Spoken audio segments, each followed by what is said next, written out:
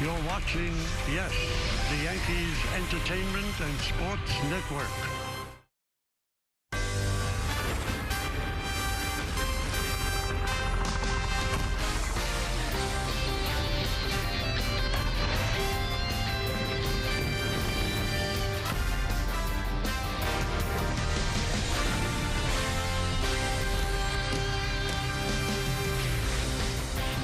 Beautiful evening in Tampa, Florida, and the left side of the Yankees infield intact. Gleyber Torres, Gio Urshela in the lineup, and so is Miguel Andujar, starting in the outfield for the first time this spring, as the Yes Network presents New York Yankees baseball.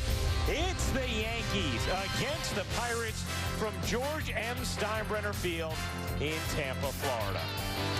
Hey everybody, Ryan Rucco alongside David Cohn. So happy to be with you for Yankees baseball on Yes, and also so happy to have you on our brand new Yes app for the very first time. We'll talk more about that throughout the evening. But first, we start with an injury. Tonight's injury report is brought to you by Montefiore Doing More.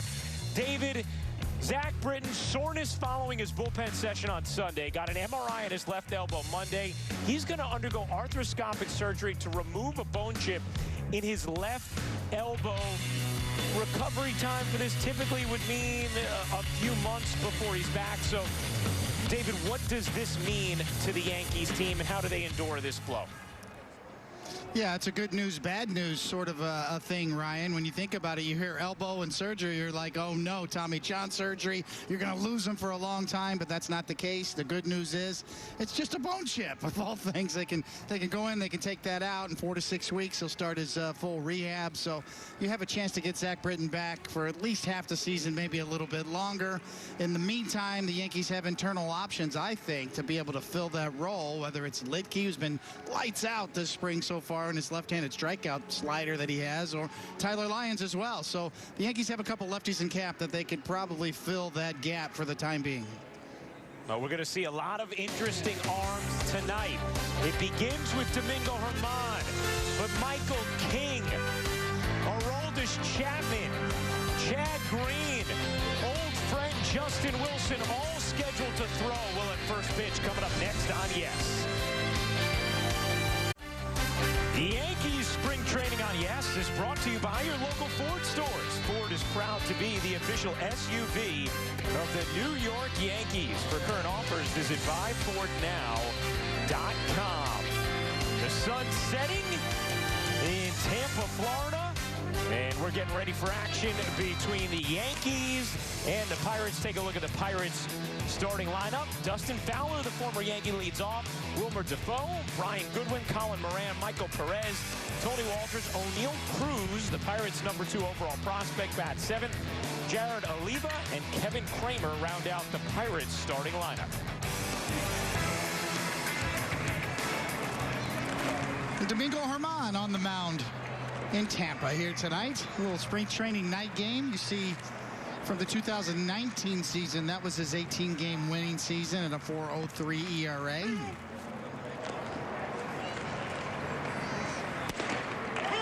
And the first pitch pumped in there for a strike, 0-1. In the scouting report, you know, we all know above average stuff, an exceptional curveball, but obviously a lot to prove with everything that's happened to him off the field.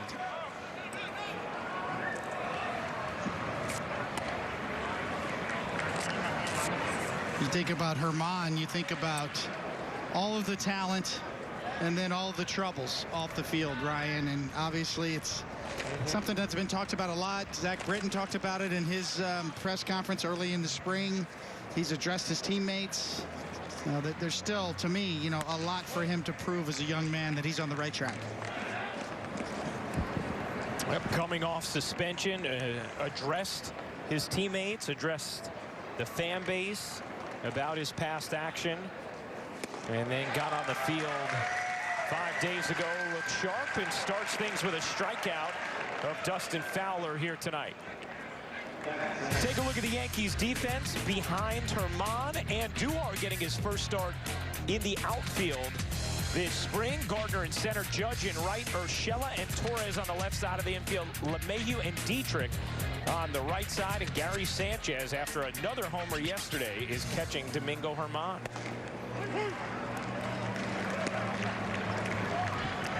Wilmer Difo struggled in 12 games with Washington a season ago. Takes a strike. And Germán working quickly and efficiently thus far. 0-2 on Difo.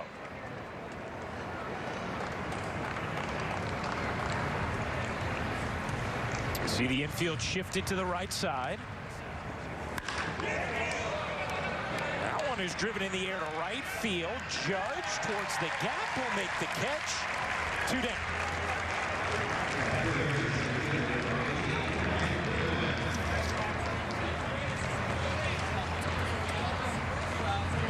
And one of the things that Germán talked about after his first start was the value of winter ball, David.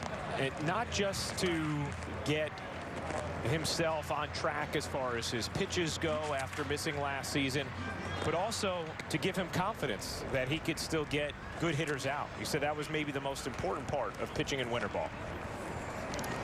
Yeah, when you think about winter ball in the Dominican Republic, you think about top shelf competition. I mean, there are some great lineups down there. All the scouts who watch winter ball nowadays say, I think the competition is better than ever in the Dominican Republic right now, including several major leaguers who will make cameos. Gary Sanchez, one of those major leaguers that played down in winter ball this year.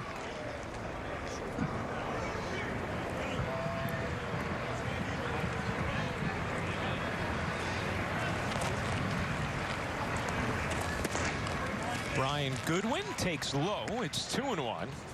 On Goodwin.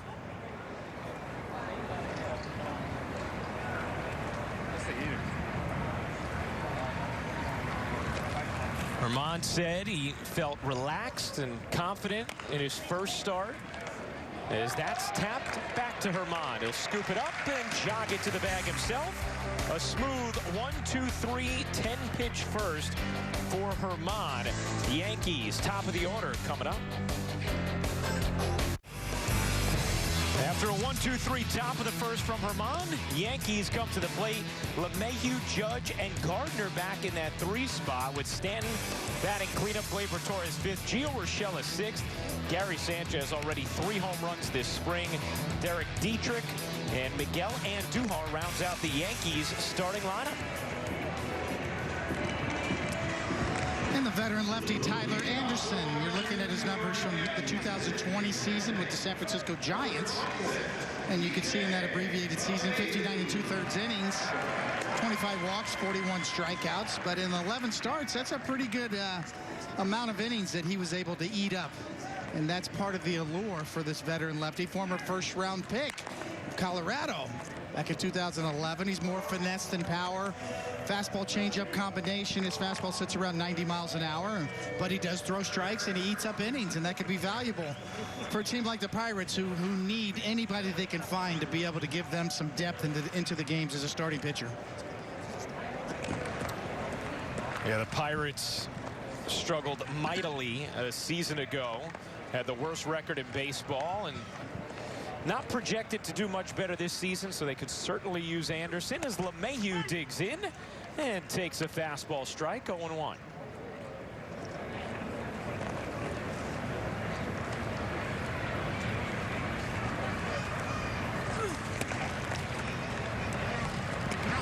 LeMahieu rarely faces any kind of a shift. Pittsburgh has a little bit of a slide to the left side of their infield. The third baseman Kevin Kramer playing way off the bag as LeMahieu fouls that back. It's a good point, Ryan. Almost a reverse shift, almost a pseudo left-handed batter shift there, as you see O'Neal Cruz almost behind second base, looking for LeMahieu to hit it the other way, and you see the big number 99 on deck, eyeballing the pitcher. The 1-2. Grounded to the right side and through. LeMahieu starts things off with a base hit the other way. Take a look at at the Pirates' defense behind Anderson. Dustin Fowler, the former Yankee farmhand, in left. Brian Goodwin at center. Jared Oliva in right. Kevin Kramer, the third baseman. O'Neal Cruz, the prospect, at short. Wilmer Defoe at second. Colin Moran plays first. And Tony Walters catches Anderson. And here is Aaron Judge, who has said that he feels like his recovery, bouncing back from soreness, has been better already. And he laces this into right center field. It'll drop for a base hit. We'll see if LeMahieu takes third. He's going to try and make it off the bobble, and does.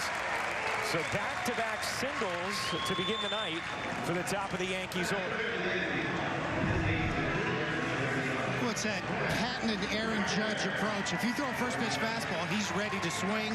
It's served him well, this approach. He also can work walks and get deep counts. But that first pitch fastball, he seems to always be ready for. And once again, right on cue. Yankees in business, first and third now.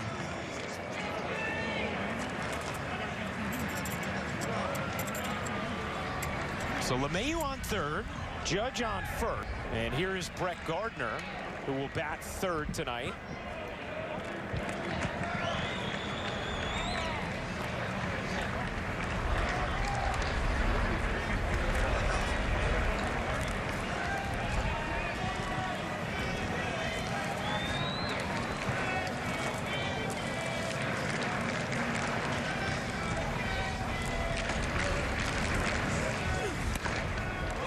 And Gardner takes a strike. The Yankees have come out of the gates, obviously, ready to hit tonight. And that actually is something Judge talked about the other day. He asked about his biggest impression thus far. He just said how ready everybody is. That everybody came in locked in to begin camp and ready to go. And it's something Aaron Boone's talked about as well, David, with some of his regulars not wanting to miss as many games at the front of spring. We already have guys playing in back-to-back games tonight after playing yesterday.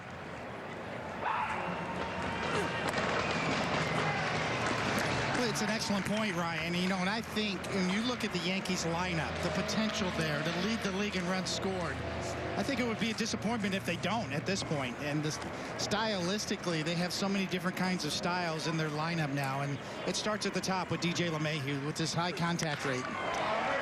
Gardner drives that into left center. A long run for Fowler, who gets there.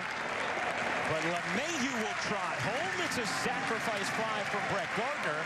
And the Yankees on the board in the first. It's 1-0.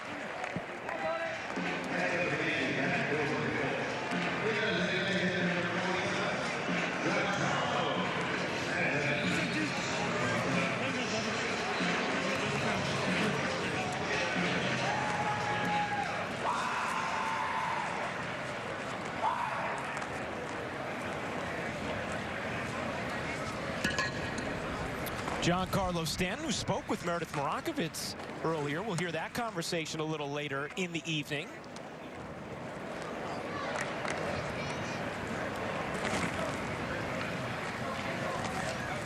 Well, isn't it nice, Ryan, just to hear the sounds of the crowd again?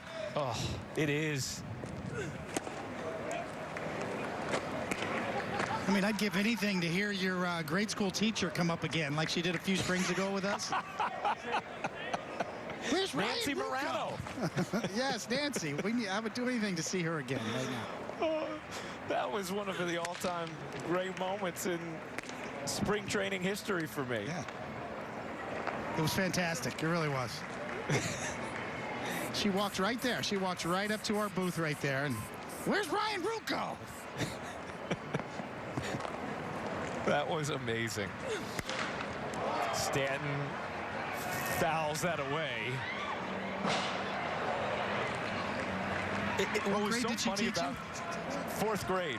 She was an amazing teacher, and she's a diehard, her and her husband, diehard Yankee fans. They always go to spring. What was hilarious is, you know, you're just hearing that sort of in the crowd mic, or you don't know if it's through the crowd mic or through the window. I had no idea it was someone who I actually knew in my life, as Stanton lays off that. But you're right, David, in the pandemic era, there's not that access to the booth. I'd give anything to see your fourth grade teacher again right now. Me too.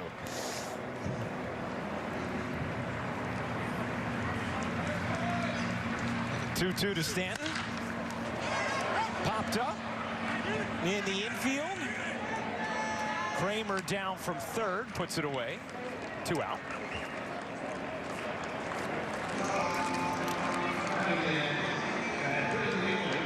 Taking a look at the weather, it's 73 degrees, feels like 70.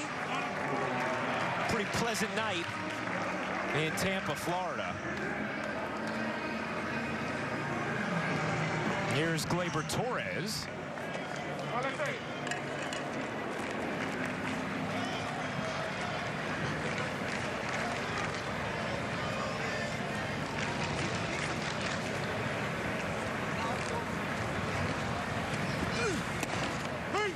You know, David, you were talking about the Yankee offense and the expectations, and as Meredith let us know, the word that Giancarlo Stanton used to her earlier today was unmatched when asked to describe the Yankees offense. Big swing from Torres there, 0-2. Yeah, I agree. You know, and just to reiterate the points that we made earlier, you know, the DJ LeMahieu at the top is the key, and you see Gleyber with a big swing and the miss from the side view. But, you know, as a former pitcher, Ryan, stylistically, the Yankees lineup gives me trouble because there's some hitters that are very patient and there's some hitters that are very aggressive. And that back and forth, stylistically speaking, are the type of lineups that gave me the most trouble.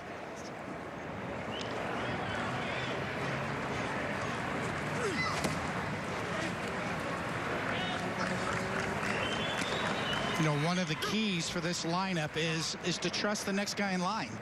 If you do not get a good pitch to hit, take your walk. Pass the baton to the next guy, because this lineup is so deep that somebody will make the pitcher pay for all those free passes.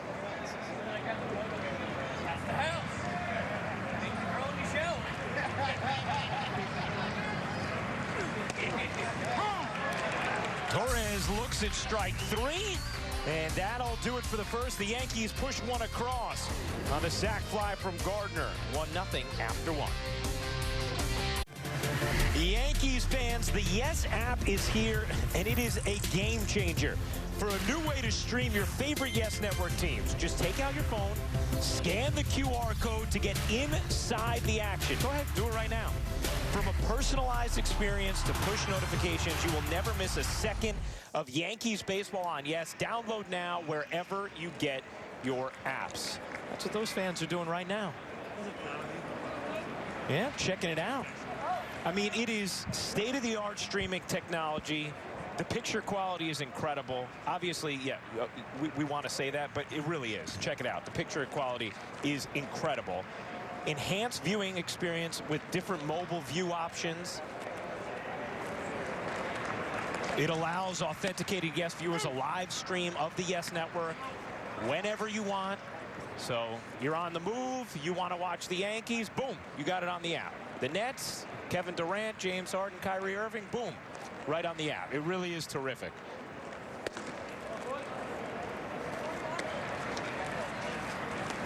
NYCFC is starting soon. The Liberty with Sabrina Ionescu coming back, who's going to be one of the most exciting players in the league this season.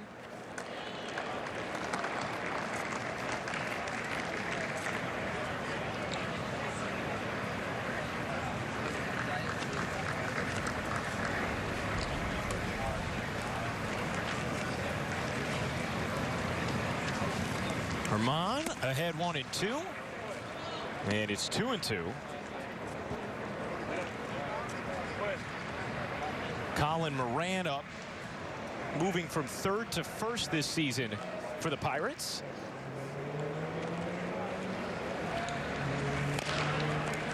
Moran actually was a strikeout victim of his brother, Brian Moran, in Brian's major league debut a couple seasons ago.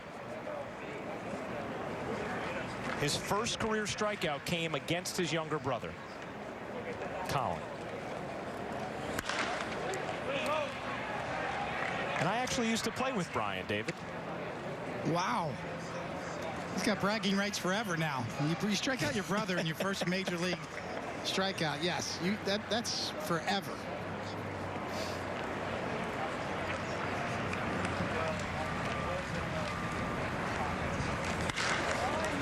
That's hit hard to right field, and a base hit for Colin Moran to begin things in the second. So do you have anything further to add, Ryan?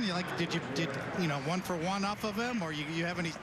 He was my teammate. Okay, he was right. my teammate in summer ball one year, but Brian mostly played, I think, first and left for us. I don't know if he pitched a ton with us, and then made it to the big leagues. B-Money was his nickname. His uncle, and Colin's uncle, is actually B.J. Surhoff. Yes. Heck of a ball player.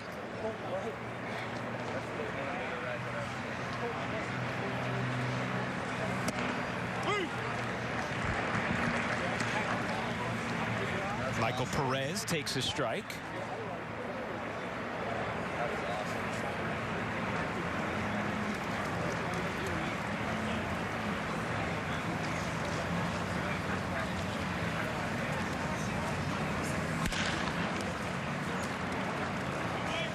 You think about the rotation. Oh, go ahead, David. No, excuse me, Ryan. Yes, I mean, the rotation is a big story. You're right. We must be mind melding. I'm thinking on the same lines as you here. And what's it going to look like, right? I mean, we know Garrett Cole is at the top. We know there's a Corey Kluber and Jameson Taillon who've been impressive so far, but you know, does Domingo Germán do enough to fit right back in? We know he has the stuff.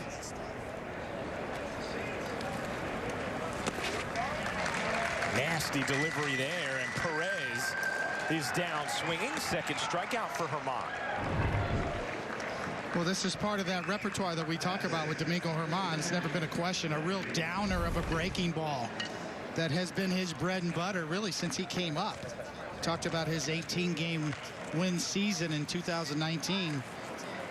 That breaking ball that you just saw there was one of the better pitches in the American League in terms of swing and miss potential.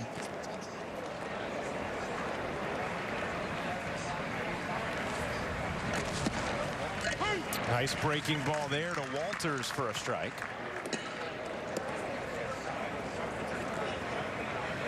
I think I'd probably classify that, Ryan, as more of a curveball than a slider. Real good tilt. It's breaking straight down. You see that curveball breakdown right there. And that strikeout percentage, 44.4%, is extremely high.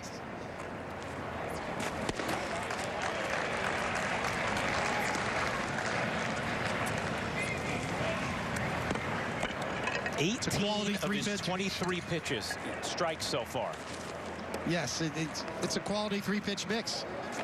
From his fastball to the mid-90s to that real good spinning breaking ball to a good changeup, as you saw right there. And ahead of Walters, 0-2.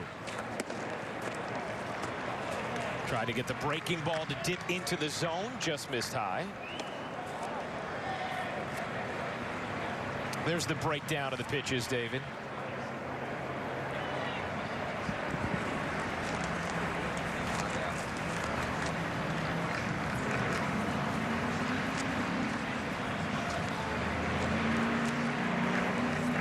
The 1-2.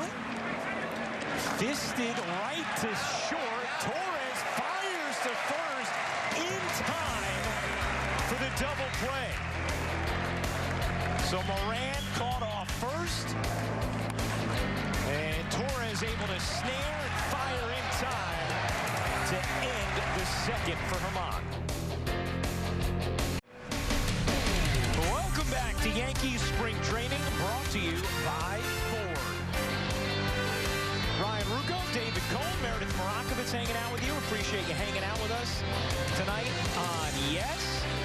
The Yankees a 1-0 lead, bottom of the second inning. A Brett Gardner sacrifice fly, putting them on the board in the bottom of the first. 2 scoreless innings from Domingo Germán thus far. And Gio Urshela will lead off the second. against Anderson.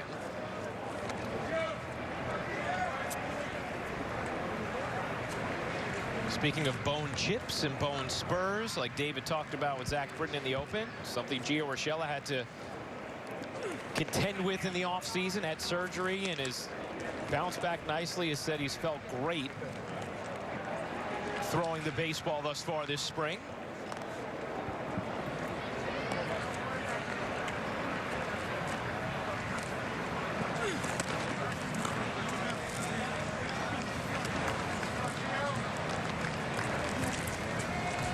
And Ryan, when it comes to Urshela, this is the 4th spring training game that he is playing in. The Yankees held him back a little bit, taking it slow, making sure that that arm was okay. As Urshela rips that to left field, short ops the wall, scoots away from Fowler, and a double for Urshela. Just as you were talking about the arm looking okay, Meredith. And you know what? It wasn't just about arm strength throwing from third. It was also feeling comfortable in the batter's box. At first, he felt as though coming back from that surgery, there was a little bit of weakness there. It looks as though in this swing, no weakness at all. He said he feels 100% and he is ready to go. And you see it there. That's a good thing for the Yankees because not only does he play tremendous defense, we learned over the last 2 seasons he can be consistent and effective in the batter's box as well. That's so true, Meredith. And David, I feel like it's almost an underappreciated point with Gio Urshela that his offense is now a given rather than an add-on to the D, as Sanchez, who's had a great spring, takes ball 1. I mean, you just expect him to consistently produce offensively now. It's a great point, Ryan and Meredith. When you think about the Yankees at the corner positions, at first and third base, 2 guys that they found off the scrap heap that are now potentially top 10 at the position, maybe even top 5 in the American League. And Luke Voit at first base and Gio Urshela at third base. It is a remarkable story. If you can find one of those type of players, it's great. The Yankees have 2 at the corners. And to me, they are a key to their lineup.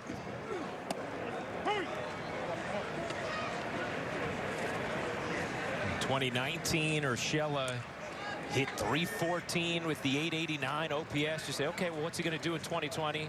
Well, he hits .298 with an .858 OPS. We've seen him have big hits in the postseason as well.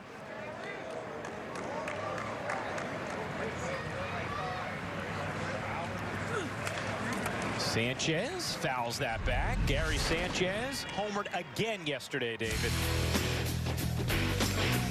Yeah, I mean, he's come in this spring, said and done all the right things.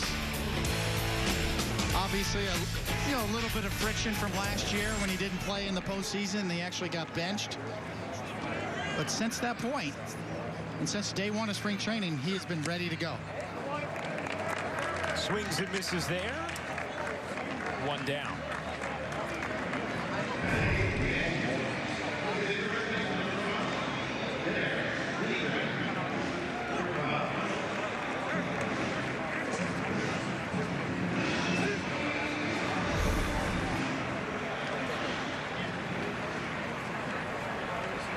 Here is Derek Dietrich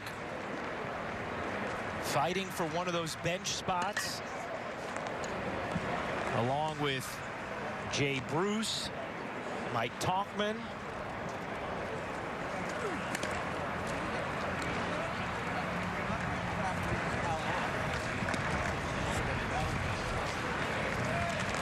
You see Dietrich's resume. Had 19 homers back in 2019 with the Reds.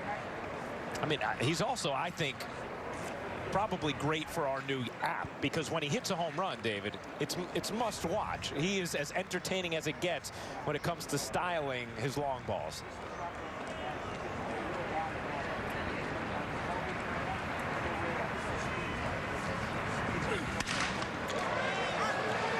Not going to get a chance to here as he pops it up in the infield. The third baseman Kramer puts it away for the second out.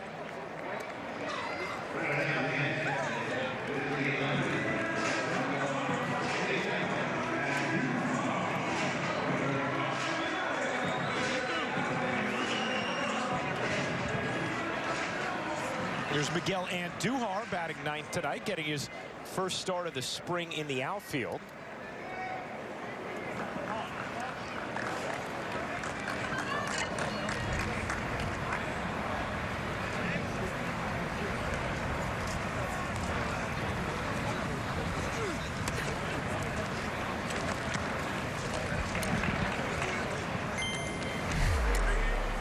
We talk about that position battle, David.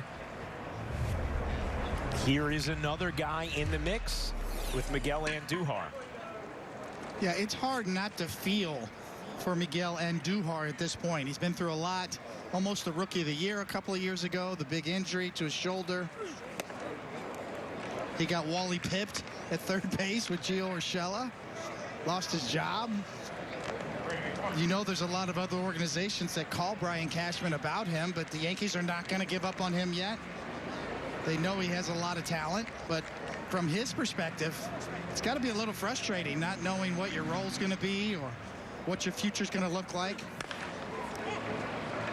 Tops that to third. Kramer will zing it across high, and Andujar is safe as Urshela moves on to third.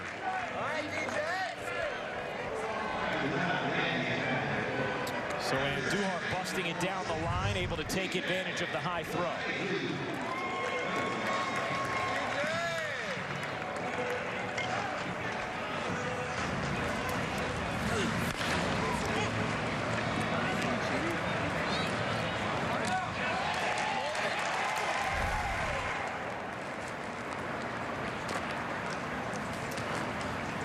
An E5 on Kramer, and a chance for LeMahieu here, who singled and scored in the first. First and third, 2 out. And a check on Andujar, who tiptoes back. Kind of hoping, Ryan, that we would have seen Ke'Bryan Hayes come over, the young phenom third baseman for the Pirates. Charlie Hayes, my former teammate's son, who's just a big part of the future for these Pirates. Not here today in that lineup, obviously. Well, they play him Saturday on Yes. Hopefully he makes the trip then, as LeMahieu is retired by another prospect, O'Neill Cruz. We go to the third. Yanks 1-0 lead. Yankees spring training on Yes is brought to you in part by FanDuel Sportsbook. There's more ways to win on FanDuel. And by Cadillac. Visit your Tri-State Cadillac dealer and experience the ultimate in iconic luxury. Some of the sights of George M. Steinbrenner Field in Tampa on the Montefiore scoreboard. Yankees a 1-0 lead, top of the third. Torres to the backhand, throws across in time to nail O'Neill Cruz. 1 down.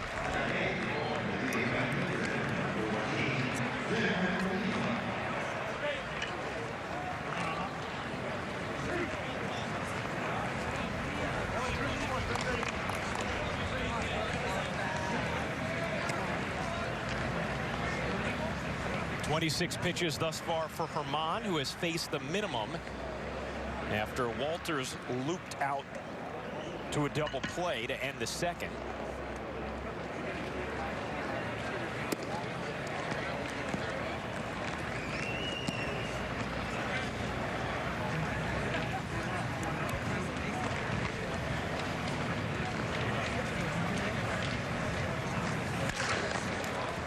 That one's chopped to the left side. Torres again makes the play. Back-to-back 6 threes here in the third.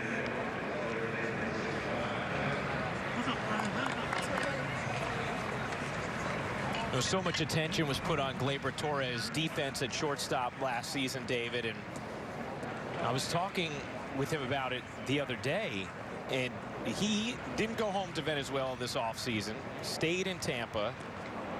And the first thing he did, he only took 2 weeks off, said to his wife, sorry, no vacation this offseason.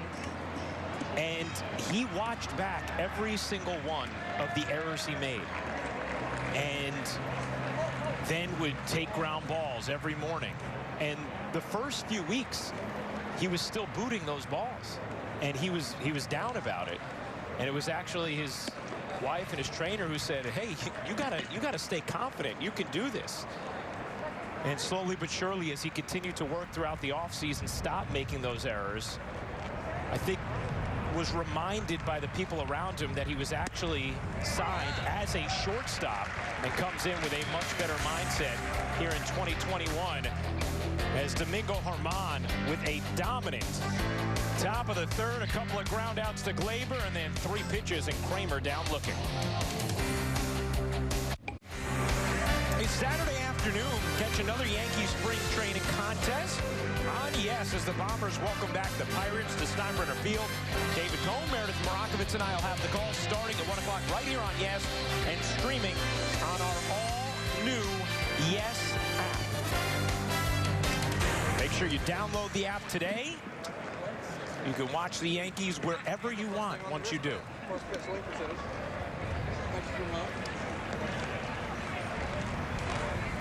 Aaron Judge single to right field, his first time up.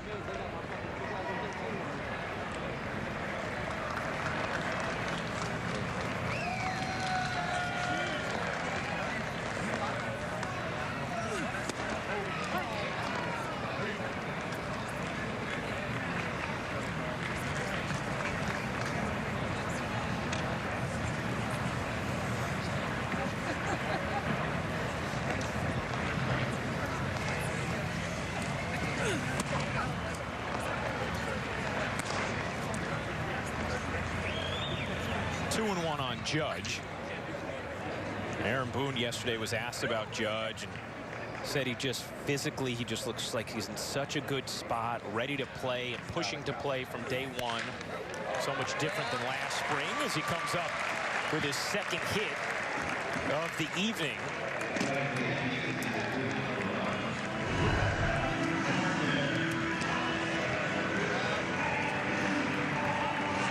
A little cutter that Judge just beat him to the punch, trying to work it inside on him, and Judge says no way, not today.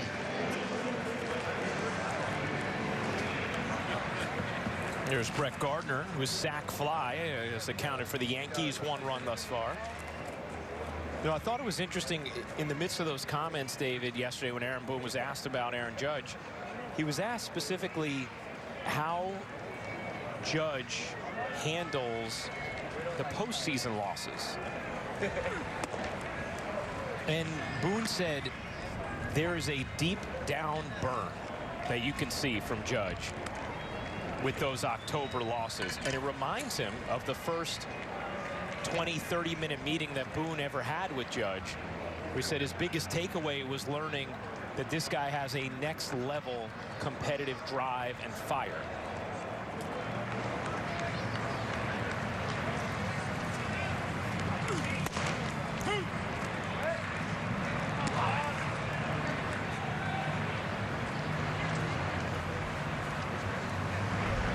Think about this Yankees team, Ryan, as you know, and we've talked about quite a bit, and Meredith has, especially with Aaron Boone. They've been knocking on the door since really 2017 when Joe Girardi was still the manager. So there is a lot of postseason experience for guys like Aaron Judge, who still are relatively young players, but very hungry and have tasted that disappointment of what that feels like. And speaking from experience, Ryan, there's nothing more devastating than losing a close postseason series and your season's over and sitting in that clubhouse afterwards, looking at your teammates. And that disappointment collectively that you all suffer is something that you just don't forget. We always think back to those teams you're on and losing in 95 and losing in 97 and the way it seemed to fuel your group to championships after.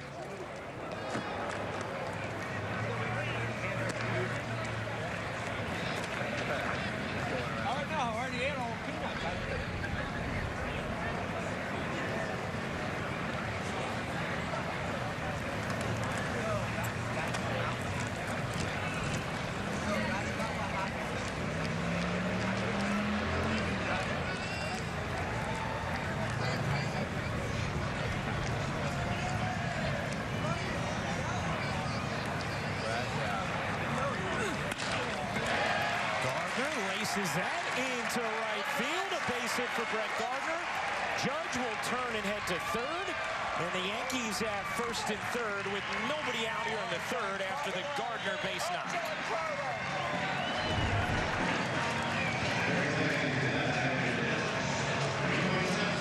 Looks like Gardy got it off the end of the bat just a bit, but muscles it and loops it out into the gap. That's going to be an easy 1st and 3rd as Aaron Judge at 6'7" and over 270 pounds moves like that. Never ceases to amaze me, Ryan, to watch Aaron Judge move so gracefully at his size.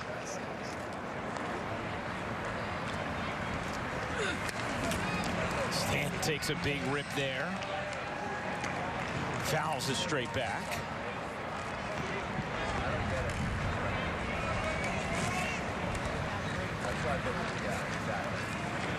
We'll hear from Stanton with Meredith Marakovitz a little bit later on in the telecast.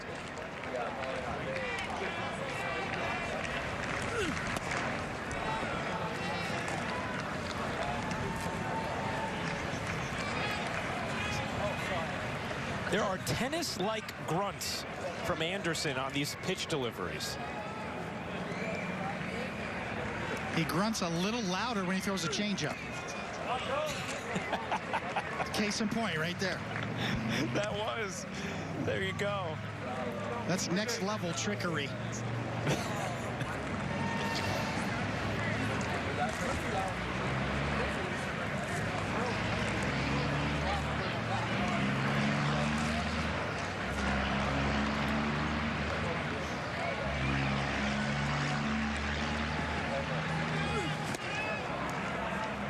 Stanton out in front, waves and misses 2-2.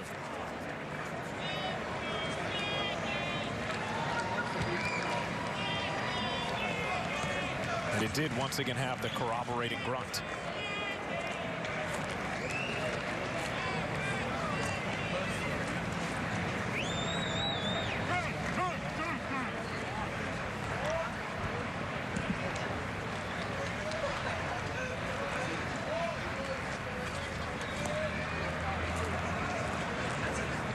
Judge off 3rd, Gardner off 1st. And Stanton absolutely destroys that. High, deep, gone, and into the Tampa night for Giancarlo Stanton. A 3-run homer, and it's 4-0 Yankees.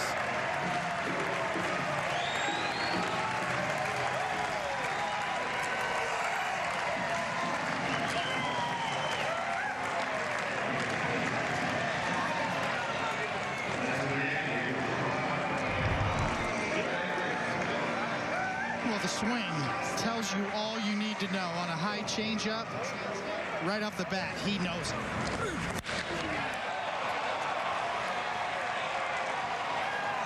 Picking up where he left off last postseason. Now Torres drives one deep in the air, left center. Goodbye. Gleyber Torres goes scoreboard hunting. And Torres and Stanton go back to back.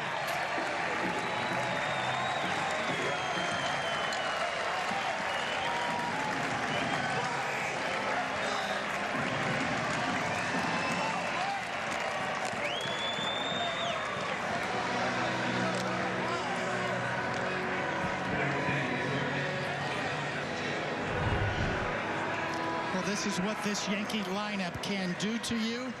Quick damage. You're on the mound as a left-handed pitcher. You've got a decent game going. Now, all of a sudden, in a matter of about 3 minutes, 2 home runs back-to-back.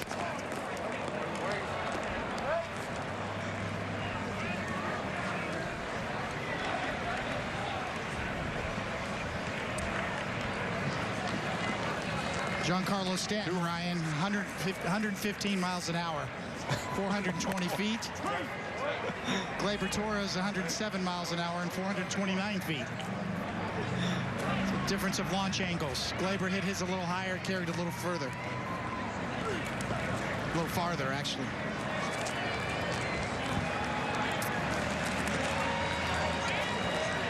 A couple of no-doubters.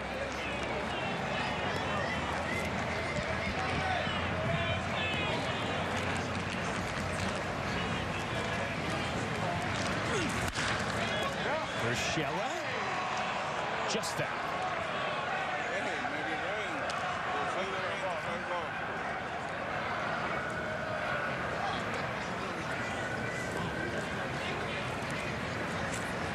It's the second time through the order here tonight in spring training, and the Yankee lineup is starting to zero in on a lot of these pitches.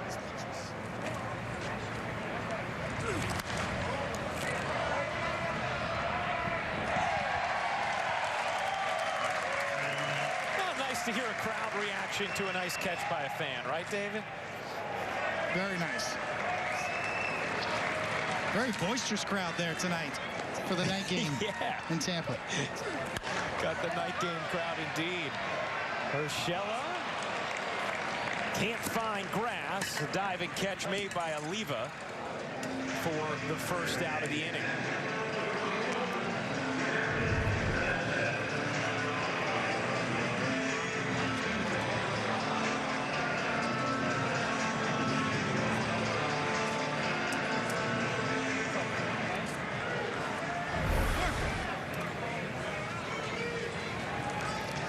I'll give that a nice play, Ryan. Maybe a slight eye wash on the end of it, but pretty decent play. I was wondering when I was going to get to hear my first eye wash from you. Yeah, there's a little eye wash there. Here is Sanchez. You see how well he's performed thus far this spring out of the gates. Aaron Judge called Gary Sanchez an MVP candidate the other day. Been nice to see Gary get out of the gates strongly. I know Aaron Boone has talked about that with us and maybe just helping to turn the page on last year.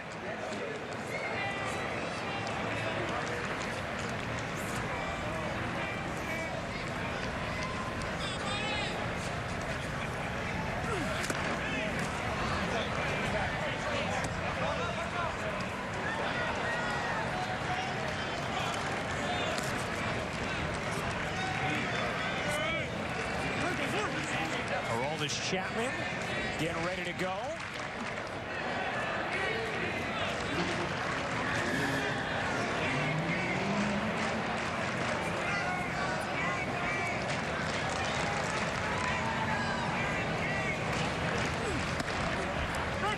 Three and two now on Sanchez.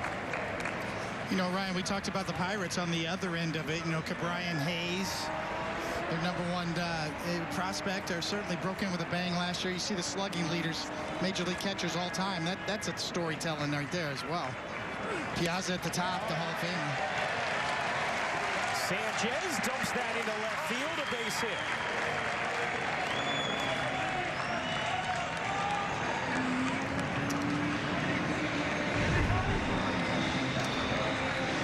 Another look. Looks like off-speed changeup that Gary goes down, digs out, stays back on. That's another good sign that he's not out in front of that. He's able to cover that pitch. Rollover inning. We'll explain that further to you in a moment in case you're unaware of what it means this year in spring. End of the third. The new Yankees fans, the Yes app is here, and it is a game changer. For a new way to stream your favorite Yes Network teams, just take out your phone, scan the QR code. We're giving you time to do it right now to get inside the action.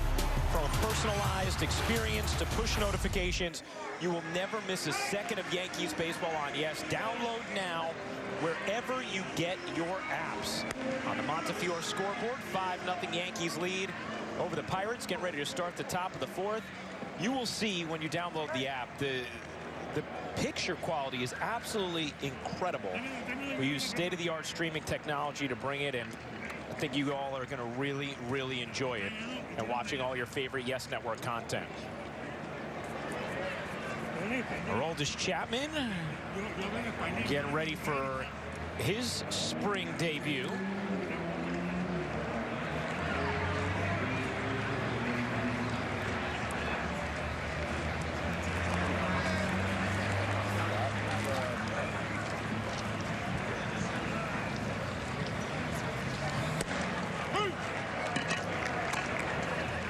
First pitch to Fowler is a strike as we check in with Meredith Marakovitz. Well, we all know Aroldis Chapman is known for his fastball, and over the last couple seasons we saw him incorporate his slider a bit more, and last year even his changeup a little bit more. But you may see something different this spring in his first outing. He said he is going to try to continue to develop a splitter a little bit more. He threw it 3 times last year, and he feels as though this is a pitch he can really incorporate into his arsenal and throw a little bit more with more consistency. So, David, I'm curious what you think about that. Aroldis Chapman throwing a splitter and hoping to rely on it a little bit throughout the course of the regular season if he can get comfortable enough throughout the spring. Yeah, it's a great point, Meredith, and you're all over the story as usual, and I think it's a great idea. You know, a split finger fastball for Chapman can really help him, especially against right-handed batters. You see there, that's his fastball right on the corner, gets the call. You know, as he continues to age and lose a little bit of velocity as he moves along, the splitter could really help him. You know, I can't help but think about Ryan and Meredith. You remember the at-bat he had against Jose Altuve a couple of years ago that ended the season in the postseason on a slider that he threw that was hit for a home run, a game-winning home run. If he had the splitter at that point, that would have been the pitch for Altuve, the right-handed hitter. He threw several sliders in a row. Altuve got sort of a look at that slider. And for a right-handed batter, the more you see that slider from a left-handed pitcher, the more you're going to get a bead on it. So the splitter, to me, would be an outstanding weapon for Chapman to have. And in particular, against a hitter like Altuve or a really tough right-handed hitter that's a good fastball hitter. Well, we saw, to Meredith's point, the fastball velocity there, you all just saw 97.8 miles an hour. That's the lowest that it's been in Chapman's career. Precipitating that. Was that the splitter right there, David? That was, and that was wicked. Yeah, wow. It had a lot of movement on it. Check this pitch out. This is what Meredith's talking about. That's the splitter, and you can see the action on that pitch breaking down and away from a right-handed batter. And you look at that kind of swing, that tells you the value for Chapman of having that type of a grip and that type of pitch in his arsenal.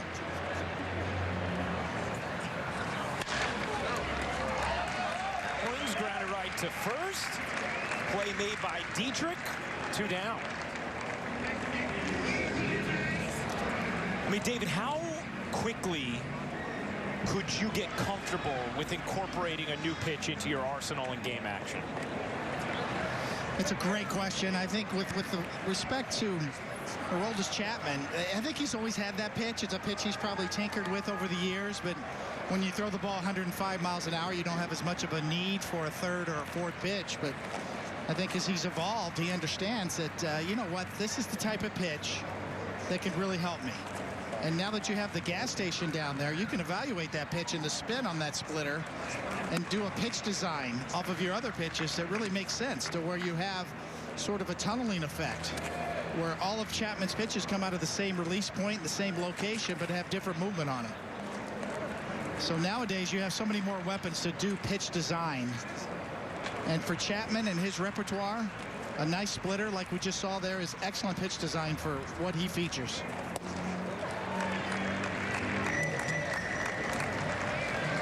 An off speed there, got a big swing and a miss from Goodwin.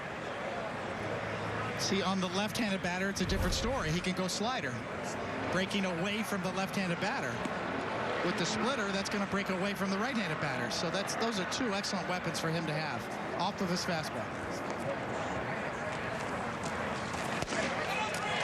Swing and a miss on some heat there, and it's 1-2.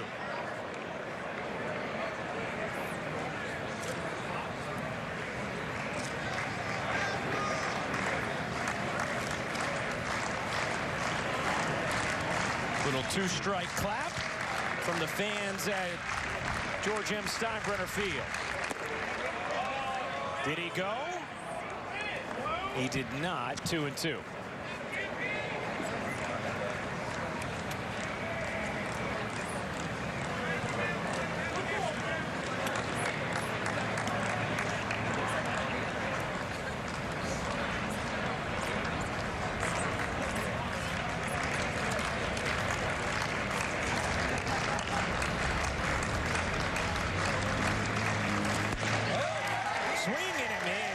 An impressive 1-2-3 inning for Aroldis Chapman in his spring debut. 2 strikeouts. This one going to some heat.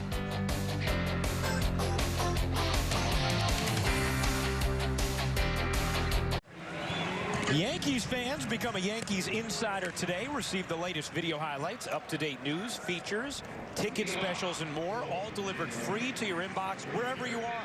Sign up today at Yankees.com/subscribe. And if you already have a Yankees.com account, log in to manage your preferences now. Don't miss a moment. Visit Yankees.com/subscribe today. Michael Feliz on for Pittsburgh. On the Montefiore scoreboard, Yankees 5, Pirates nothing. A sac fly from Gardner, a 3-run shot from Stanton, and a solo shot from Torres. As Dietrich holds up 1-0. Now, David, last time the Yankees were up,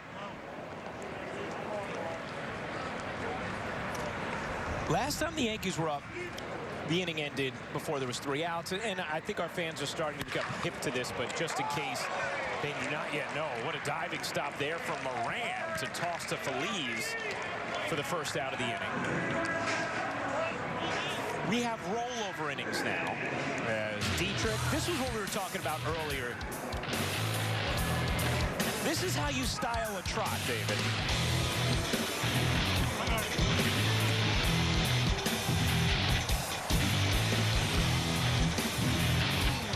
That's a showman. Didn't we see that he had a bunch of hit-by pitches, too? I mean, he's got some pop. Yeah. Accurate.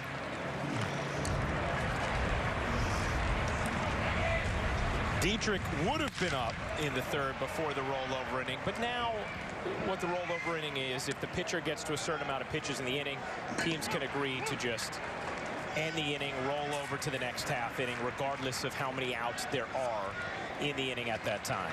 So that's what happened in the bottom of the 3rd and why Dietrich just led off the bottom of the 4th.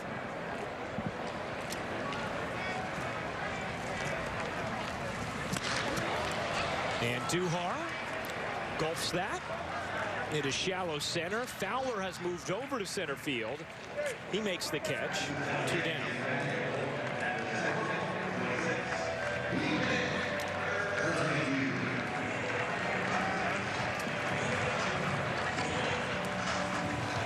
We just saw Dustin Fowler make that catch as LeMahieu comes up here, David. And you know, every time I think Yankees fans see Dustin Fowler, they're going to think about his major league debut and injuring his knee in Chicago before getting his first big league bat.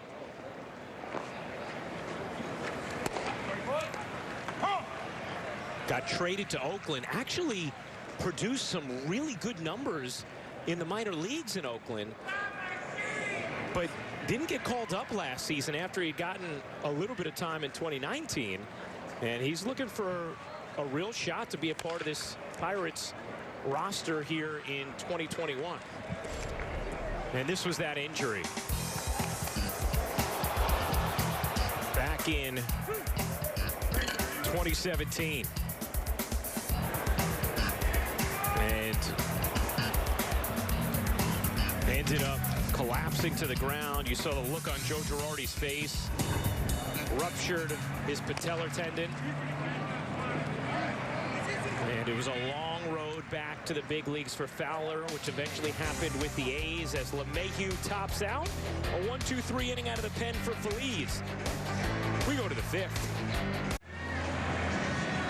Yankees a 5-0 lead, top of the 5th inning on the Audi scoreboard. We get a chance now to chat with Yankees skipper Aaron Boone the day after his birthday. So first things first, Aaron, happy birthday. Well, thank you, guys. Made another one. Aaron, first of all, I love seeing you fiddling with the audio there. That's a man who knows TV, making sure he's got his headset right. Very nicely done. Yeah, but they got this thing taped down pretty good. You guys are awfully loud. Okay. We'll try and whisper. No, to that's you. good. It's good.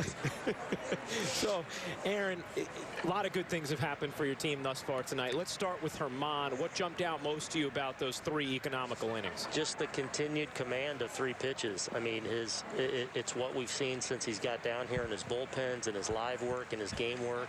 Just really good command with 3 really good pitches. He was throwing hard tonight.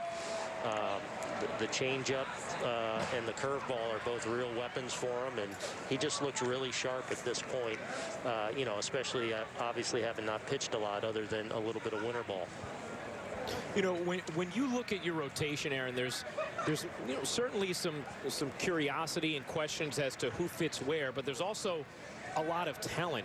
When you see Herman look the way he has tonight, and then even Davey tomorrow, do you start to get excited about how all these pieces may fit and the amount of options that you have in the rotation? Yeah, I am. You know, Davey, who went yesterday, was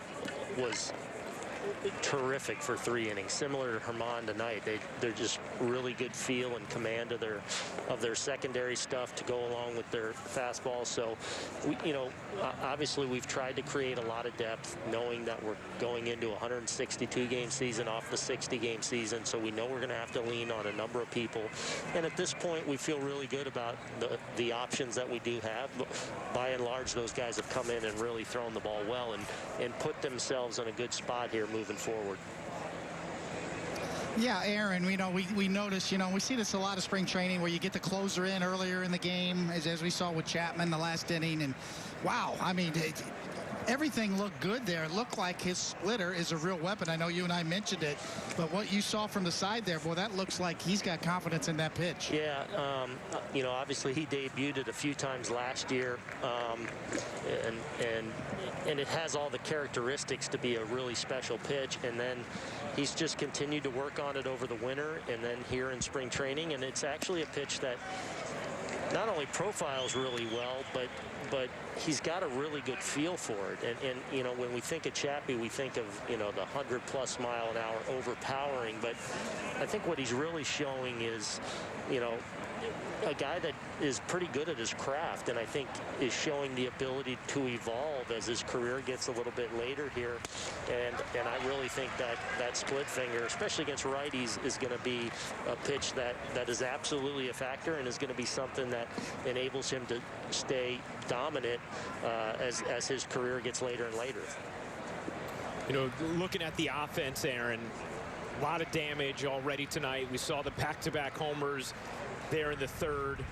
For Giancarlo Stanton, what has stood out most to you just watching his at-bats early on in spring? Just a continuation of a guy that has gotten really good at his craft, at his process, his mental, his ability to focus and really have a really good game plan, and have an understanding of how pitchers are trying to attack him and staying disciplined to his game plan when he goes up there.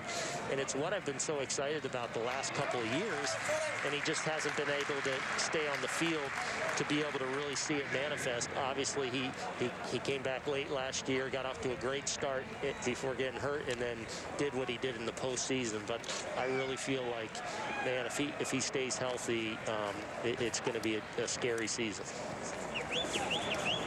Yeah, Aaron, a couple questions, two-pronged. One, if you could touch on Zach Britton and who you were looking to replace him in his injury. And secondly, what would Aaron Boone, the broadcaster, ask Aaron Boone, the manager? Well, first off, with Britt, he flew back to New York today. He's got a quarantine there for a few days before he can have surgery. I think he's scheduled for the surgery on Monday. It looks like a very straightforward, simple remove a bone chip. So essentially it's going to be no throwing for a few or several weeks as that incision heals up, and then it's a normal build up from there. You know, obviously as a pitcher, but a relief pitcher, we'll just see how long it takes from there. But look, I mean, obviously losing a guy like Britt, I mean, he's been one of the dominant relievers in our sport over the last decade. You know, it's a blow, but it's also a really good opportunity for somebody to step up, establish or cement a role, and knowing that, you know, we're going to get Britt back, you know, whatever it is during the season, feel really comfortable that he's going to be a big part of especially the second half of the season. And, you know, we talk about all these starting pitchers, you know, and how you're going to work the innings coming off a shortened season. Well, the relievers factor into that too. So maybe it's a situation where we'll have a little bit of a fresher Zach Britton in the second half and down the stretch, and what we hope is the playoffs. What would I ask myself?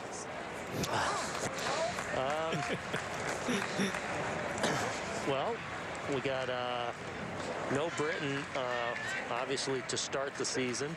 Chappie is suspended the first game. Who's going to close those? Hopefully the first couple of games if you're in that position to start the season. So, Aaron, who's going to close? Well, we'll just figure it out. We got good options. We got Greeny. We got O'Day. We got Wilson, who we're going to see tonight as well. And we'll just try and put these guys in the best situations to match them up to be successful. And hopefully we're talking about that in the first couple of games. O'Day retired the first two, 3-2 here on Walters, and gets him to wave weakly and miss.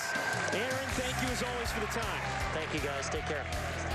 A 1-2-3 inning for new reliever Darren O'Day. We go to the bottom of the fifth. Yes, the red-hot Brooklyn Nets return from the All-Star break for a marquee matchup with the Boston Celtics at Barclays Center. Live coverage starts at 7 o'clock right here on Yes, and of course, streaming on the brand new Yes app. Blake Griffin just added to the already loaded Brooklyn Nets roster. It'll be fun to see how they match up against this Celtics team that actually won 4 straight heading into the All-Star break.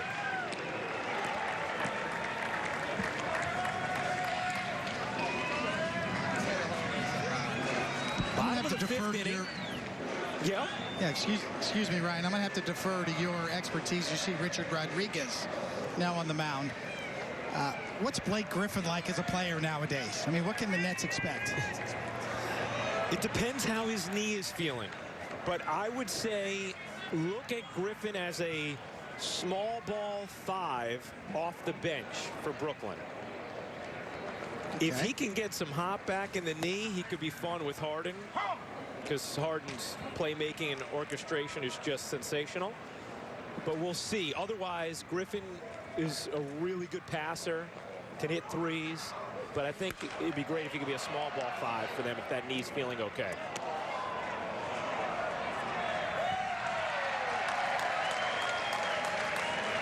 You feel like you got a little something to watch for now when you're watching Blake tomorrow night against the Celtics, right?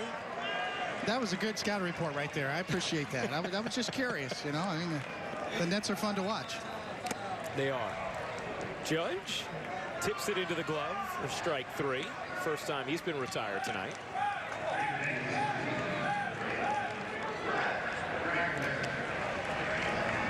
Justin Wilson warming. Hey, David, we know this town, they love stars. And we've seen that with the Yankees forever. We know that the boss believes in it. And the Nets are loaded with stars.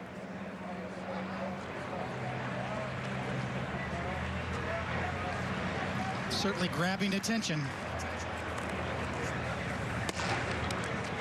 No doubt.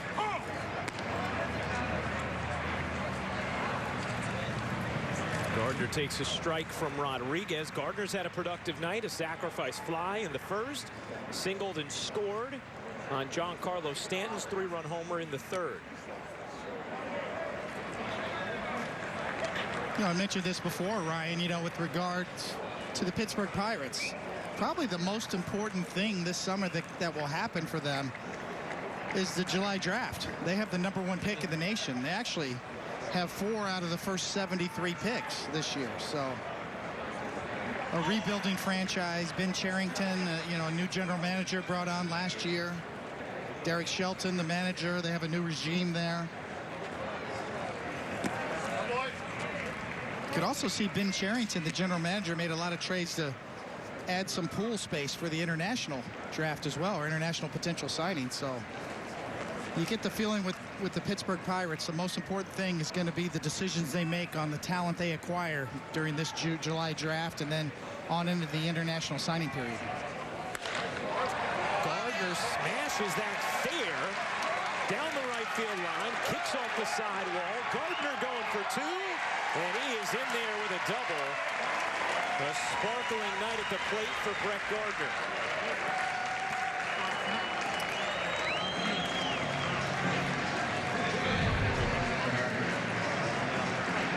Good night for Gardy. As you see, he's done it all. The fastball on the inner half. He turns on it, keeps it fair. Now let's have the wheels checked. Does Gardy still run well? Yes, he did. Got to second. So a sac fly, a single, a double for Brett Gardner. Thomas Malone pitch runs for him. And here is Stanton. By the way, David, to your point about the Pirates, Kumar Rocker, the expected #1 overall pick, as we check out the wheels of Gardy.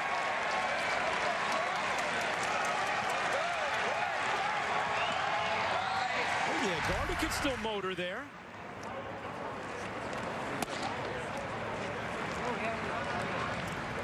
Now that projected #1 overall pick, David, Kumar Rocker, he's a teammate of Jack Leiter's at Vanderbilt, son of who's pushing him. Al Leiter. Yes. Yeah. Who also could be the #1 pick, actually. Yeah. Jack Leiter's been really impressive.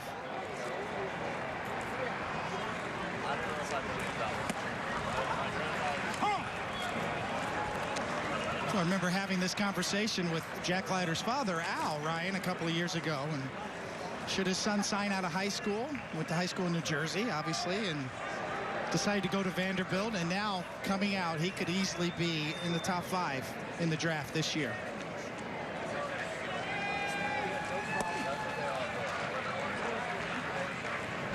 Exciting times for the Leiter family. This happened in the third. Wow. Bang. Just absolutely cranked to left field, flirting with trees. A 420-foot blast from Stanton to left field. Swings and misses here, 2 down.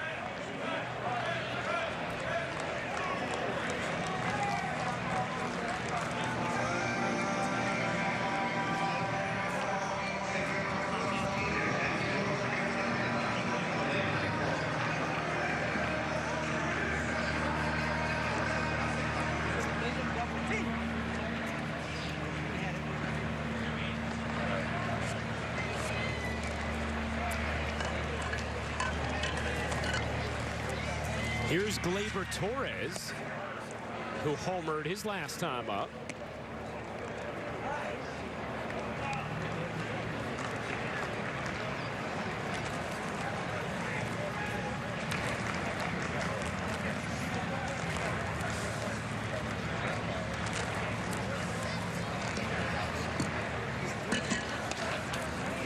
By the way, David, Jack Leiter projected to go 7th in the draft with Rocker #1 as Gleyber got all of that 429 feet later.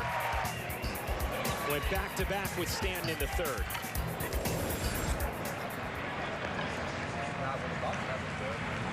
It's been a really solid spring for Gleyber Torres so far. You know, his power looks good, the stroke, playing good defense at short. Looking to have a bounce-back year this year.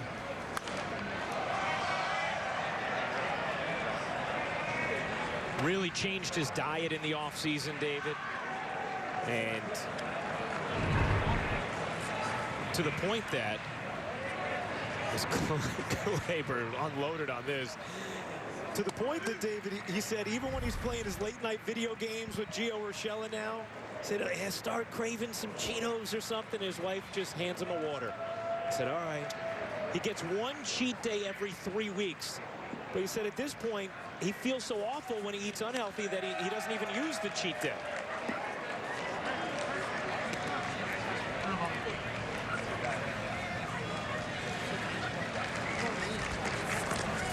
Just totally reworked his nutrition this offseason.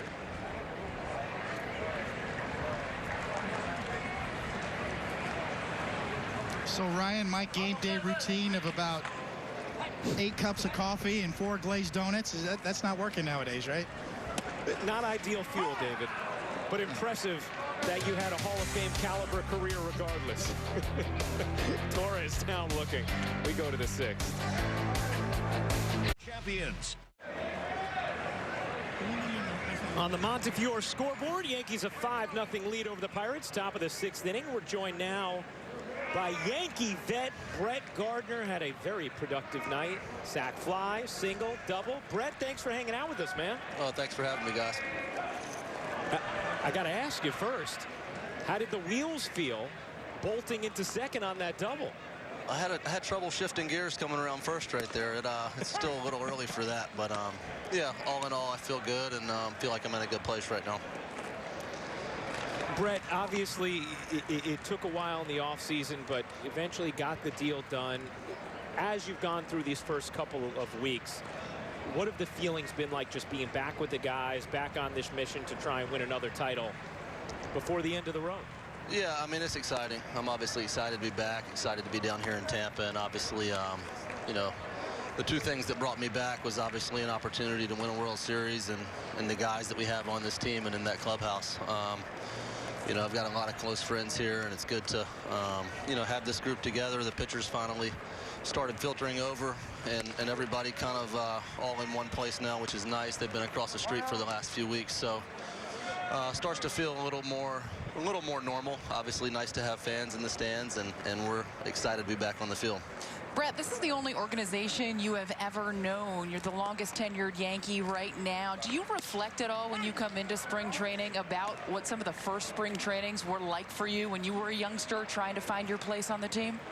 Yeah, for sure. I mean, it definitely, it doesn't seem like 14 or 15 years ago. The time has really flown by, but I definitely, you know, I'm in a much different position now, and, you know, I remember the way I felt when I was number 91 and my locker was between, I think, A-Rod and Robbie Cano. And, you know, I remember being a young guy and remember, you know, not always feeling comfortable, and remember the way that the veteran guys, you know, went out of their way to make me feel comfortable, make me feel wanted. And obviously I try to return that favor to these young guys now that I'm kind of on the other side of it. I know that feeling very well, Brett. You know, and you think about 2009, really your second year in the big leagues, you won a championship. Yeah. And now all these years later, you're still trying to get that bookend. You're trying to get that another championship. Is that something that the young guys talk to you about, what 09 was like? And is that part of your job description, do you think, as far as leadership goes? Yeah, for sure. I mean, it's definitely something that they ask about from time to time. It's something that I talk to them about from time to time and kind of, you know, reminisce on a little bit. But, you know, I think that was my first full season in the big leagues, and you kind of just, you know, being with the Yankees, you expect to be there every year, and obviously it's not that easy. And, you know, we've put in a lot of work since that time and haven't gotten back to that place, and obviously that's where we expect to be, and that's where, you know, obviously the Steinbrenners expect us to be, but especially our fans. And, you know, we've been pretty close the last couple years, and we definitely, you know, have finished the season the last few years with a bad taste in our mouth, and I think that does nothing but, you know, it fuels you, and it causes you to work a little bit harder and come in here into spring and not want to feel what we felt in San Diego last year. And I think that, you know, for the most part, so far in camp, our guys have done a really good job of putting the work in and, you know, taking things slow, taking things one day at a time, but, you know, working towards that end goal, which is to try and win a championship for sure.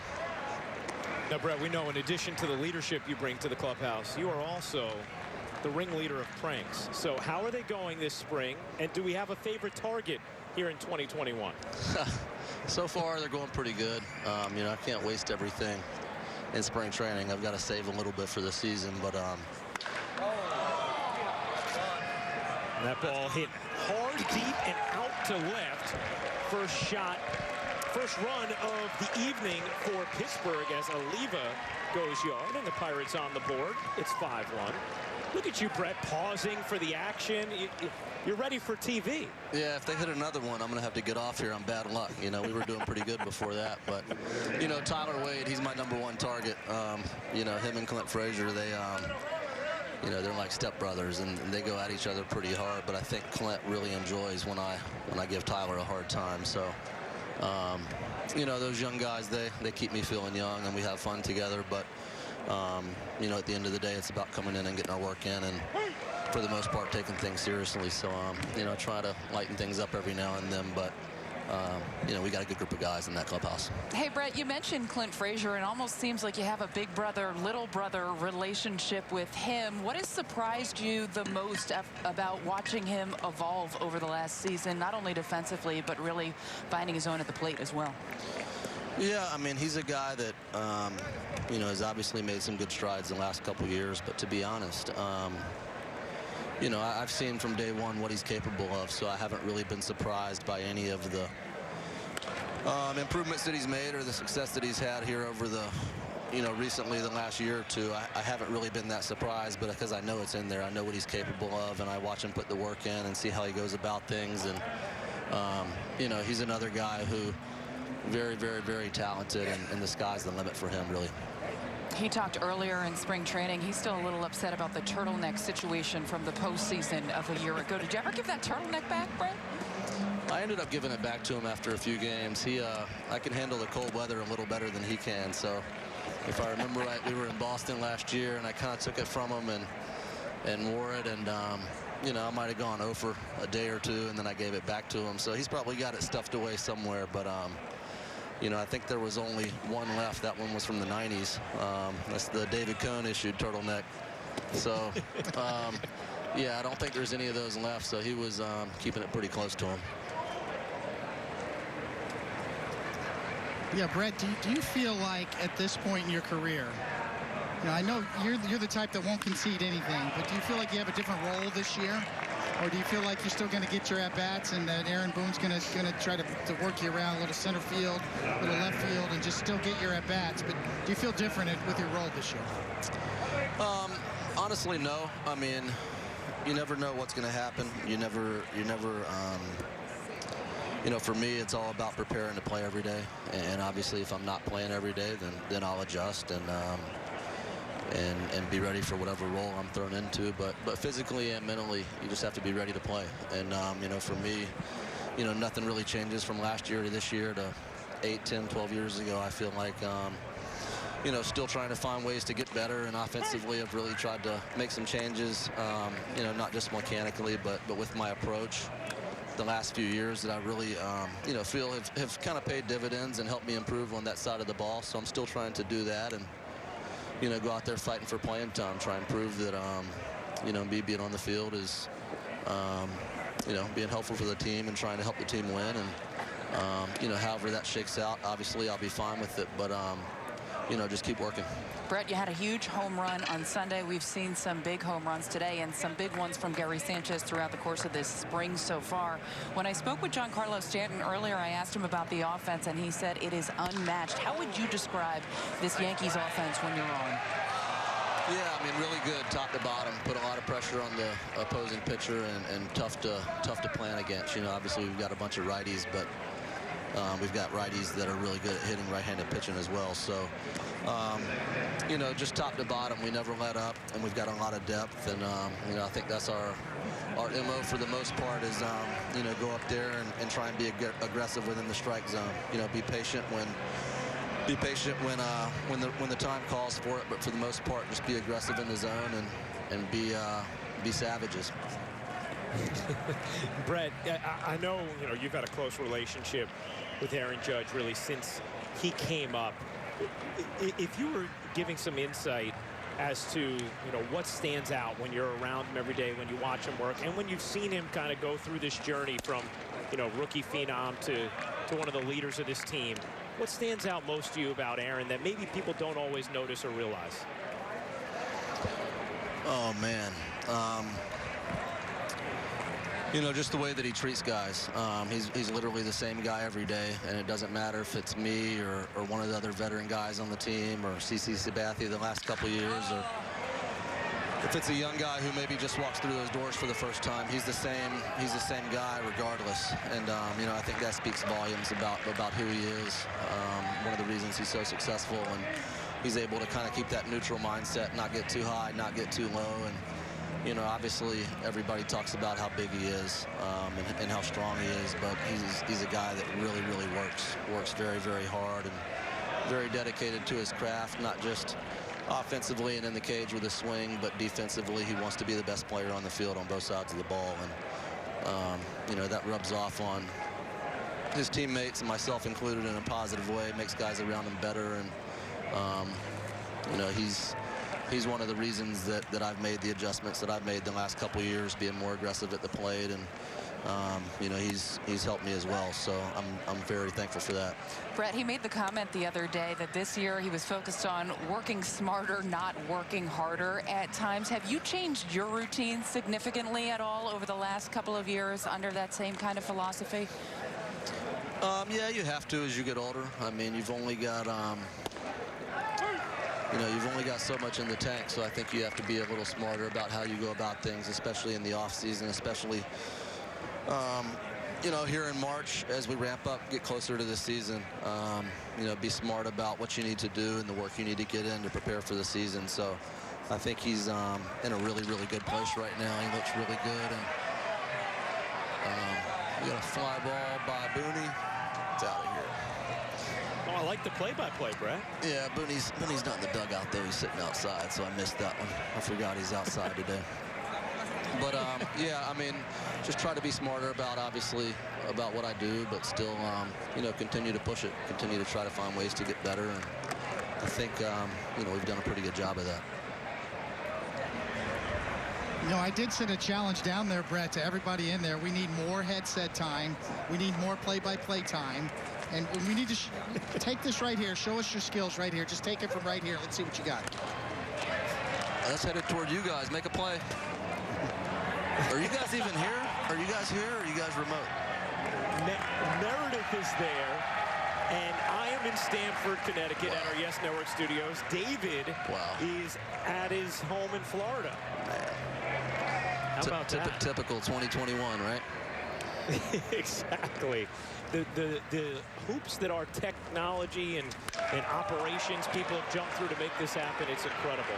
Guys, I'm going to have to go. Yeah, seems like it, Greg. All of a sudden, the Pirates offense has found its life here in the sixth with Brett Gardner on the headset as Goodwin comes up with a grand slam off of Wilson and ties this game at 5 apiece. And that'll do it for Justin Wilson. Brett, thank you for all of this time this inning. We so appreciate it, man. It's so great to have you back with the Yankees, and best of luck this season. Thanks, guys. Look forward to seeing you guys in person soon. Amen. We look forward to that as well. We're going to step aside. 5-5 game, top of the sixth. Come on. Well, Trevor Lane, the new Yankee pitcher. You see the defensive changes. Miguel Andujar remains in left. Thomas Malone is in center. Michael Beltre in right. Dietrich moved over to third. Mike Ford at first, where Dietrich was. Oswald Peraza is at short. Ezekiel Duran at second. And Robinson Chirinos replaced Gary Sanchez behind the plate. So, David, you talked about the lefties who could factor into the equation, perhaps, if the Yankees wanted another left-hander with Zach Britton out for the next couple of months with the arthroscopic surgery. Is going to have to remove a bone chip in his elbow. Maybe this could be one of the options. One of the names you talked about, Trevor Lane. Yeah, and Aaron Boone made a point to talk about opportunity knocking for the next guy in line. So, yeah, these innings become all the more important for somebody like a Trevor Lane or Lucas Lidke, who both have really thrown the ball well so far.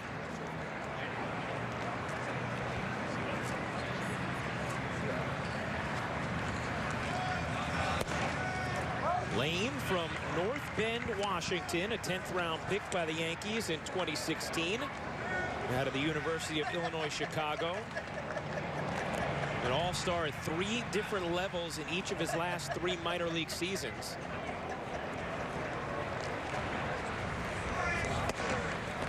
2017 with Low A Charleston, 2018 with High A Tampa, and 2019 with Double A Trenton.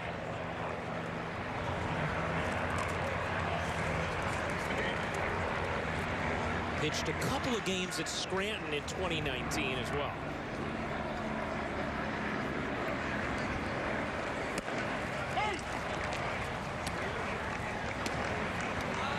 Yankee pitching had been excellent tonight, and Justin Wilson ran into some trouble here in the 6th.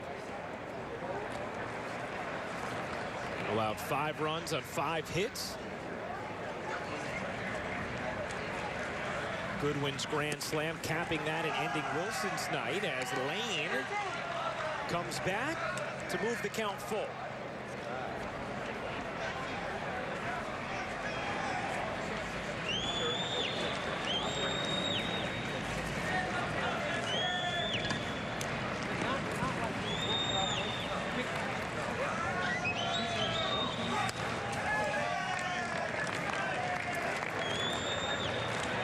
Some decent life on Lane's fastball, Ryan, up to 95 miles an hour. That'll play for a lefty reliever.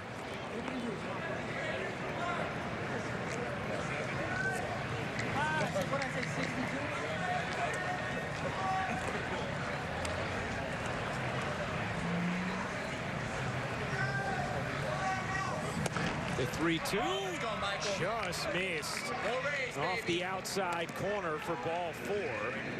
And Moran draws a walk. The Yankees spring training on Yes is brought to you by your local Ford stores. Ford is proud to be the official SUV of the New York Yankees. For current offers, visit buyfordnow.com. I also want to remind all of you, today we launched our Yes app. Make sure you download it. You can watch every single Yankee game, Nets game, anything that's on Yes. You can watch it live on the app, as well as so much archive content as well. You want to watch an old center stage? Boom. There, on the app.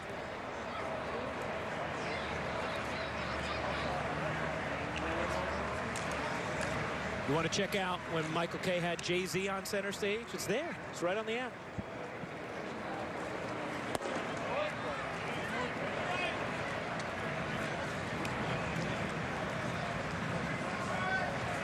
You can watch every single game live on the app.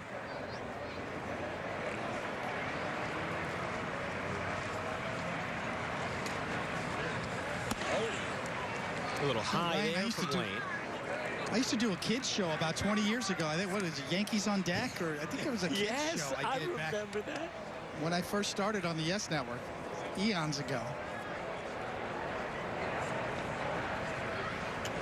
Kids on Deck, yeah.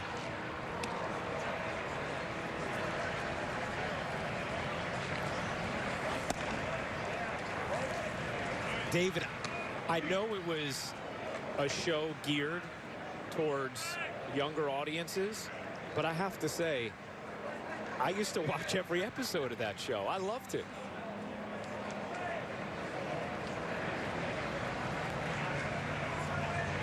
It was a modern day baseball bunch for the later generations. Kids on Deck.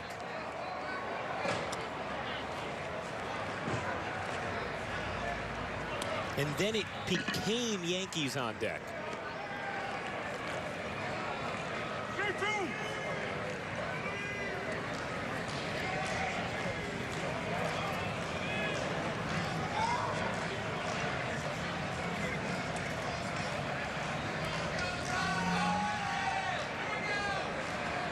The 3-2.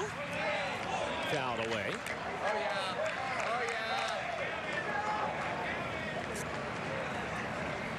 David, you were the host, weren't you? I did. I hosted that show for a year or two. I think a couple of years. Almost 20 years ago, it feels like.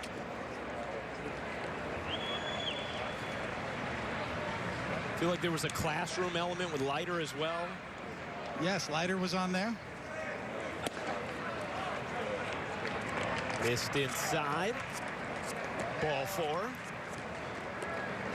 I think that was back when you were actually in that 4th grade class with your 4th grade teacher.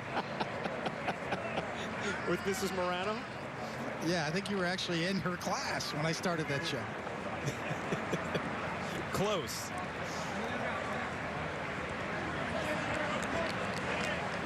By the way, Mrs. Morano is watching tonight, and she sent a selfie saying hi for me to send along to you. Thank you. Very nice.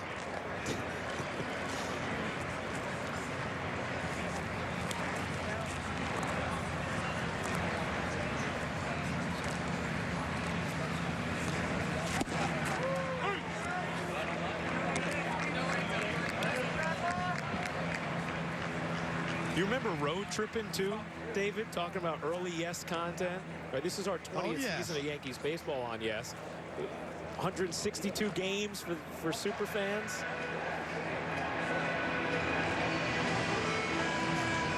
We were just making it up as we went along back then. Getting on the air. Starting up a new network.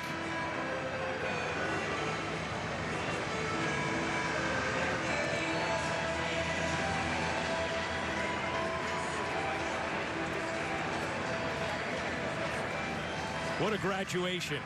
Now we have built it up so that we can be doing these games from 3 different locations. Meredith in Tampa, you at your spot in Florida, me in Stanford at our Yes Network studios.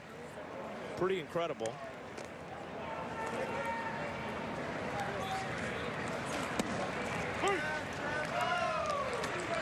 As Lane delivers a strike.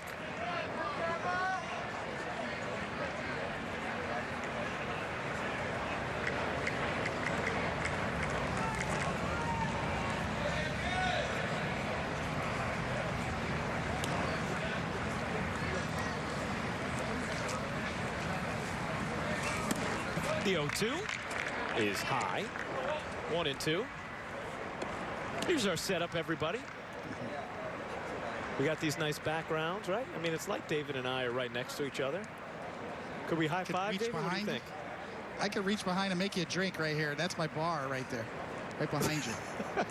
I can make you a martini. Are you ready? I am.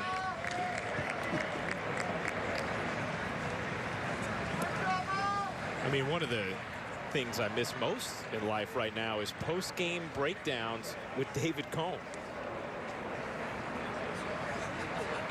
I'm doing a Yes Network game with Ryan Rucco, sitting in my bar in Boca Raton. Technology is incredible. Ford flips and 2 dunks back there from Lane to get the out.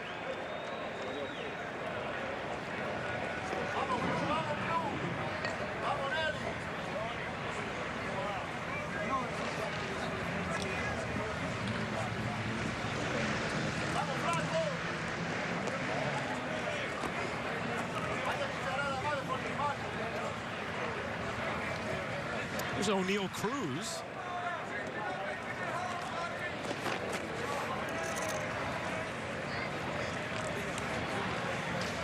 Who was named, yes, after our colleague Paul O'Neal. His dad, Rafael, a big Paul O'Neal fan. Nice, you're all over that. I was wondering about how does the guy get a name like O'Neal Cruz? You just explained it. Yep.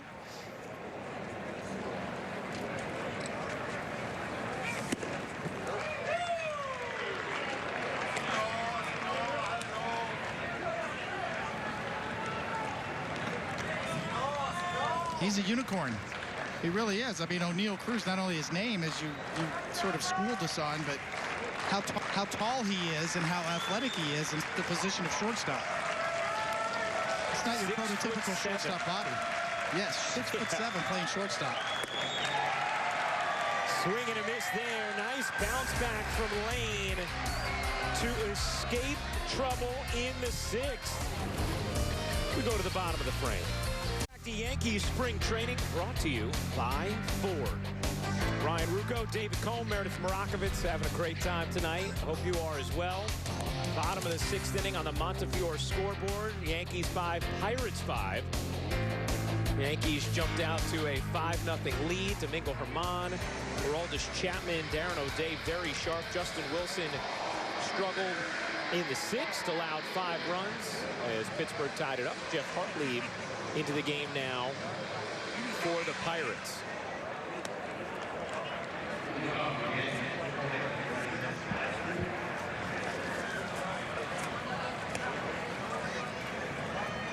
Michael Perez now catching for Pittsburgh as Mike Ford steps in.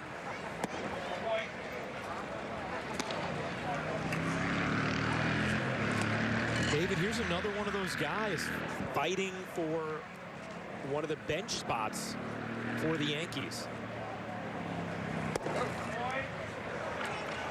Yeah, it's a great point. I mean, we haven't talked a lot about Mike Ford yet.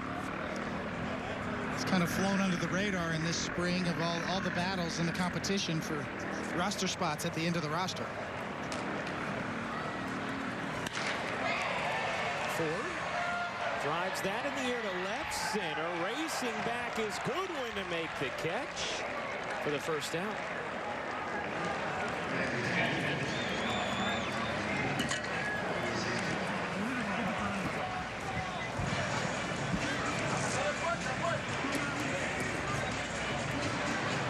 Here's Robinson Chirinos.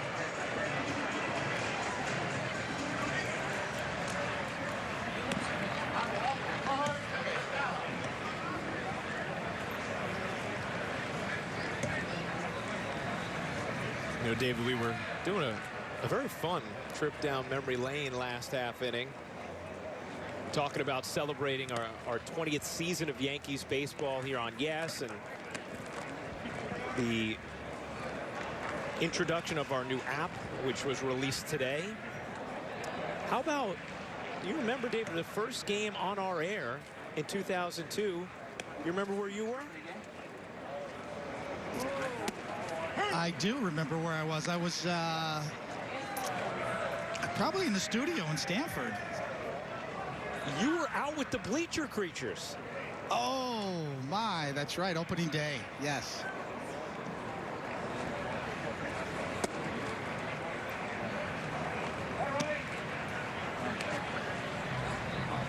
That was a lot of fun, Ryan.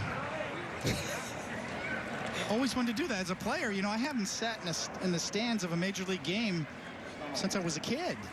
So that was really the first time, all those years of being a major league player, I finally got to sit in the stands and watch a major league game. Chirinos flies it into center. Fowler puts it away.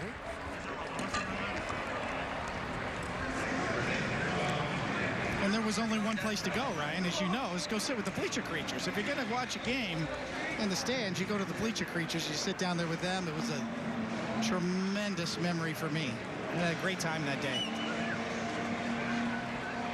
Post-pandemic, might have to break it back out. I learned a lot about the television business that day, too, because I was mic'd up for both the Yes Network and ESPN. And I had a hot mic on the whole day. I forgot to turn it off, Ryan.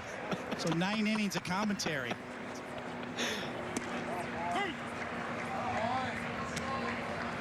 I can't even imagine how entertained those in the truck were with what did not make air. It's a nightmare. Hot mic.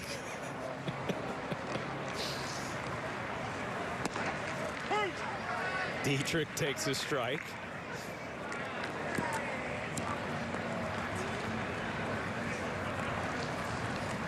Talk about the bench battle with Ford trying to factor into the equation on the roster. Dietrich, another one of those guys.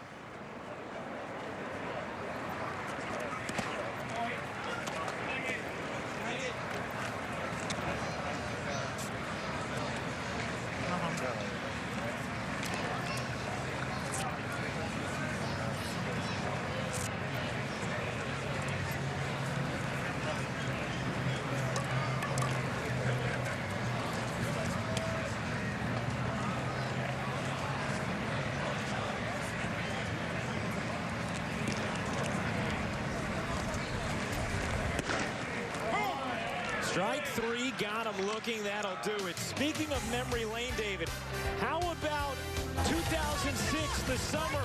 This catcher, that's me as an intern, getting smashed over by David Justice. Been a wild ride. We have to give huge congratulations to our Associate Director on Yankees Telecast, Luke Miller. Luke just welcomed Cody Rye Miller, born Wednesday, March 3rd, 7 pounds, 11 ounces. Mom Lauren is doing great, and big sister Ella Shea is already the best big sister. Look at that adorable Yankees outfit. Huge congratulations to Lauren, Ella Shea, Luke, and baby Cody.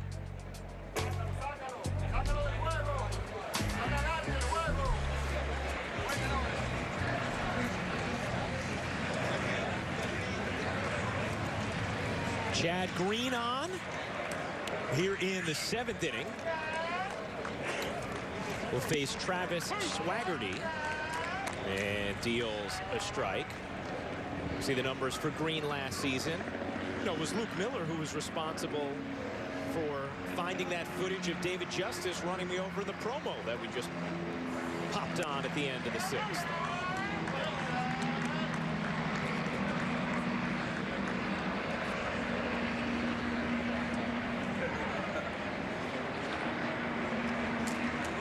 There's a lesson in there for you, Ryan, coming up, and all of that. That beautiful baby shot there. Congratulations, Luke. Sleep is overrated. You're going to find that out. Sleep is overrated. Baby Ruco coming this summer. I'll find out for sure. Yes, you're just going to get used to just being sleep deprived. Just the way it goes.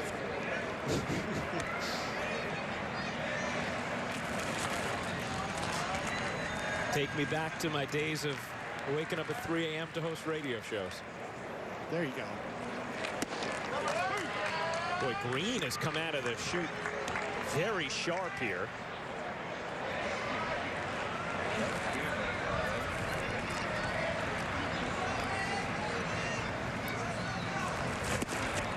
You know, it's funny, David, you asked Aaron Boone what's the question he would ask himself if he was the broadcaster. And he said, well, Britton out now. Chapman suspended for the start of the season. Who's going to close on opening day? This could be the guy right here, Chad Green. That's a pretty safe bet. And yes, Aaron Boone, the broadcaster, would ask that question of Aaron Boone, the manager. And I think you're right, Ryan. I think it's probably a good chance to be this guy.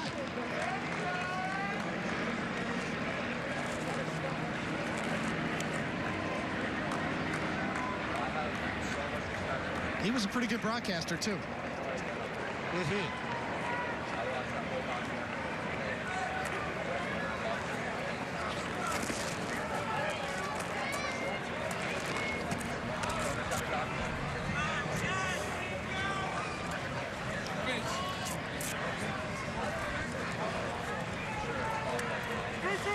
mean, you could see Aaron Boone's experience just at the beginning of our interview, the way he was fiddling with his IFB box, getting the volume right.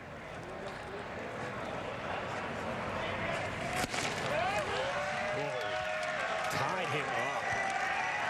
A lot of pop on that fastball from Green, and 2 strikeouts for Chad Green in the first 2 hitters he faces.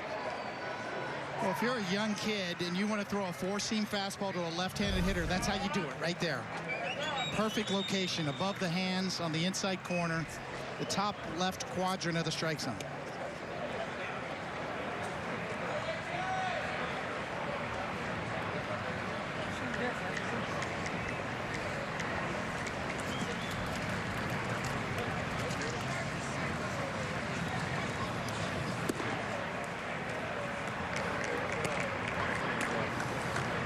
Mason Martin up.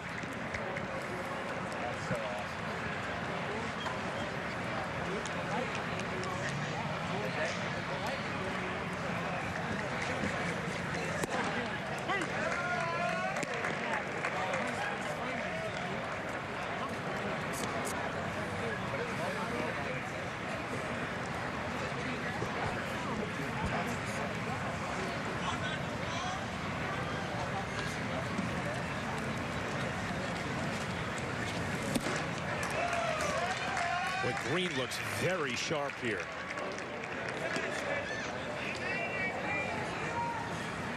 Michael King getting ready to go on the Yankee pen. Game was started by Herman through 3 shutout innings. Chapman was sharp in the 4th. Darren O'Day had a tidy 5th. Wilson struggled in the 6th. Green here in the 7th. Dumps a breaking ball in the dirt, 2-2. Excellent shape on Chad Green's breaking ball, Ryan, as you noted. I mean, we've always known about his lively fastball jumping through the strike zone, but that curveball has been refined over the last couple of years. It looks good here tonight.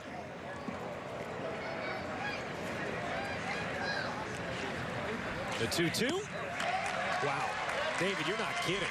That was a filthy breaking ball from Green, who strikes out the side in a sparkling 7th. We're going to hang right here for God Bless America.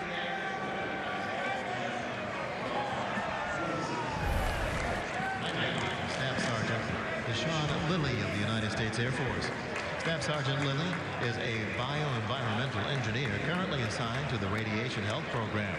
During deployment, Staff Sergeant Lilly is responsible for the safety of his fellow airmen to identify and controlling hazards, as well as analyzing COVID tests. The Yankees say thank you to all of our brave men and women for the sacrifices they make each day in service to our nation.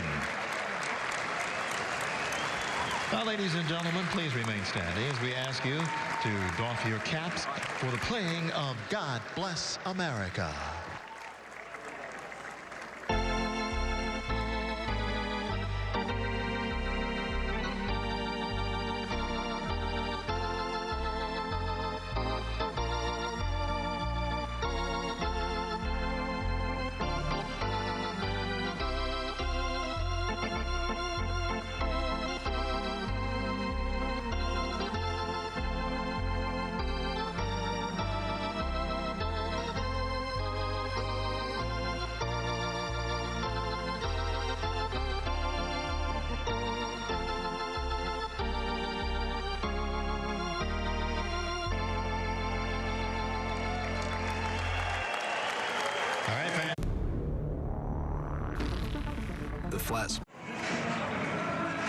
Bottom of the 7th inning at Steinbrenner Field. Yankees 5, Pirates 5.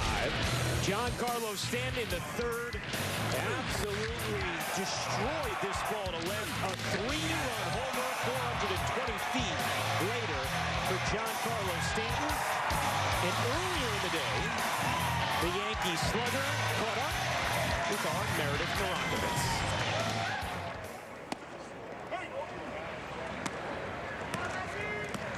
Still very early in the spring, but last home game you were barreling up the ball pretty well. How have you felt overall in the batter's box? Pretty good.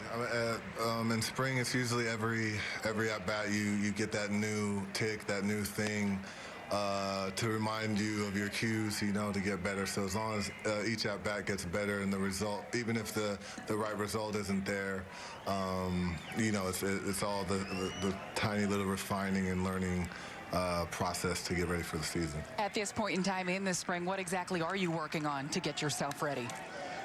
Just timing up all pitches, the sequence. They're gonna throw it up and in, low and away, change it up, and it's the overall balance that needs to stay smooth to be able to attack all those pitches. You just spoke to the writers, and you mentioned the fact that you feel more agile coming into this spring. Why do you think that is? Changing some things up, and doing different movements, doing different warm-ups, and just preparing differently. The ultimate goal, obviously, to keep you on the field as often as possible this season. But how else does that manifest itself? Staying on the field, or what do you mean? How? Just the extra agility and you being more agile. How does that help you? Just bouncing back, recovery, being ready. Having the body ready to go for these long days that we have, if the trend is over the past few years, if it have been injured, that also means that the body's not necessarily ready for the full year because it always has these breaks in it. So I'd say the rebound and recovery part of it. When you look at this lineup, how would you describe it when healthy? Unmatched. When healthy and bouncing on all cylinders, unmatched. And Zach Britton, obviously some tough news when it comes to him. You're going to lose him for the first couple of weeks of the season. He's having surgery to remove a bone spur, a chip in his elbow. Just how big of a blow is that to the bullpen, knowing what he's done over the last few seasons? Yeah, that's big for us. But if there's any positive to it, it's in the beginning, and he'll have enough time to build back and be there for us down the stretch. So, someone will have to step up and fill that role, and we have the pieces to do it. So, hopefully, a quick recovery for him, and he'll be back just as good as he was before. Giancarlo, I know you have a lot of work to do yet tonight, so I'll let you go. Thank you for the time. Thank you. No problem. I think Giancarlo is going to want to do a pregame interview with Meredith every day after the night he had at the plate.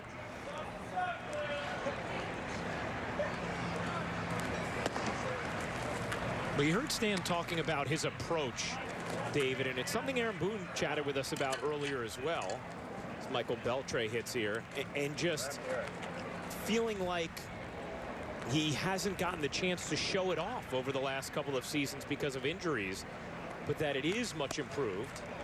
And we saw that in October last year.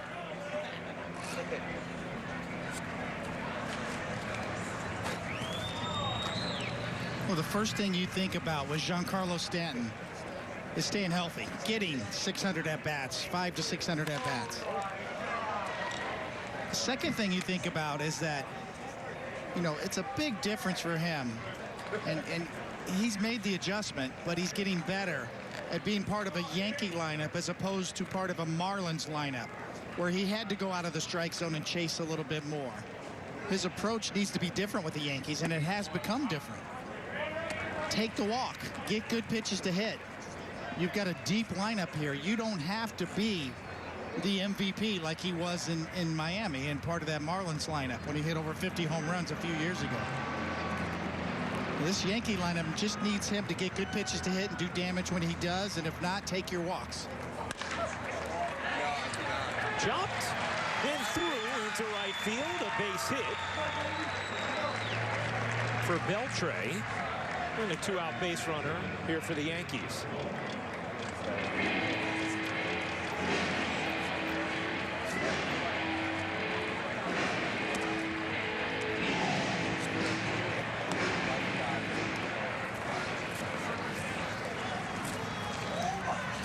For a little more on Giancarlo Stanton, let's check back in with Meredith.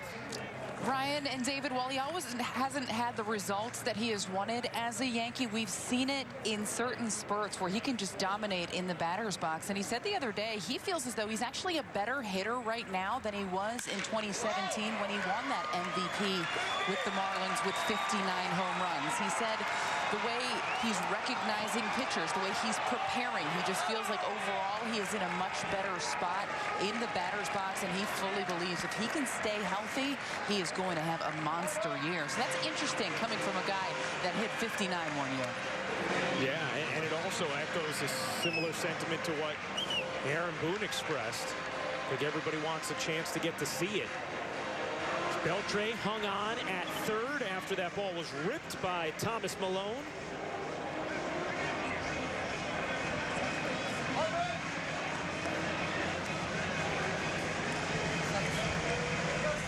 I don't know if you saw MLB today, David, was doing then and now with initial spring trainings and now with a lot of different players. They did Giancarlo Stanton. He put it on his Instagram. How about the difference? Young Stanton in 2009 and now 2021. Babyface. Wow. Yep.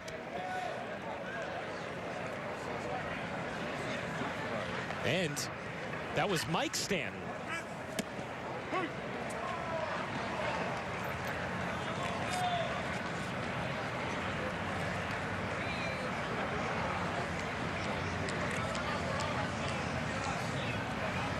You see Josh Bros single A numbers. Very impressive. Hitting here with first and third. And two down. 0-2 on Bro, a second round pick in 2018. Out of McLennan Community College in Waco, Texas.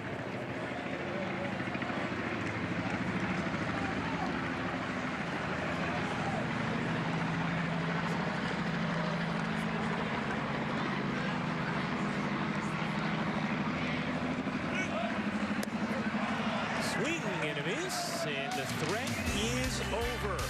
5-5 game as we go to the 8th on Yes.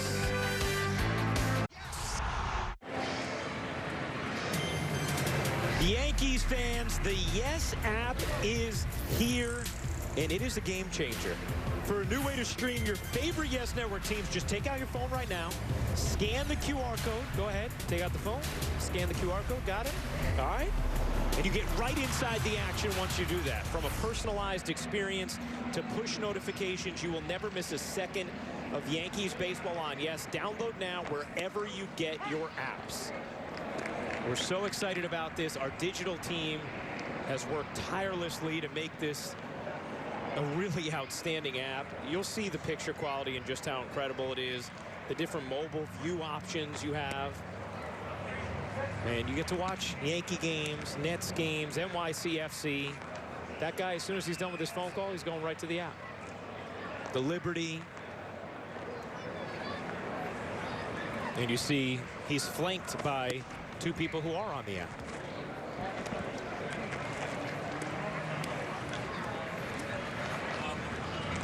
Michael King in now for the Yankees to start this 8th.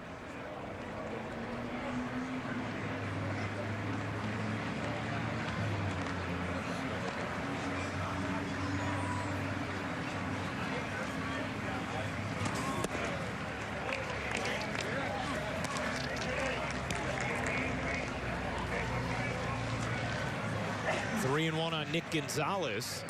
You see how incredible Gonzalez's numbers were at New Mexico State.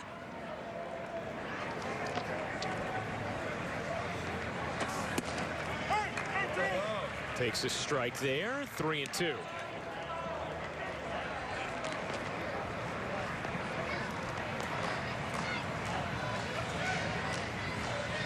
Seventh overall pick of the 2020 draft by the Pirates was Gonzalez.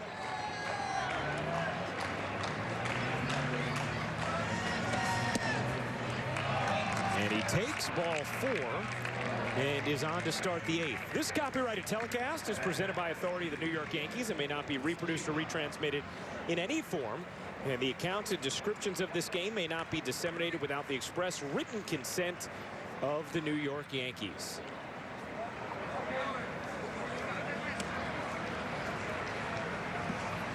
David, what do you look for with Michael King? We know what his strengths are. He's got excellent control with really good movement on his fastball, and he can paint that inside corner to lefties with it.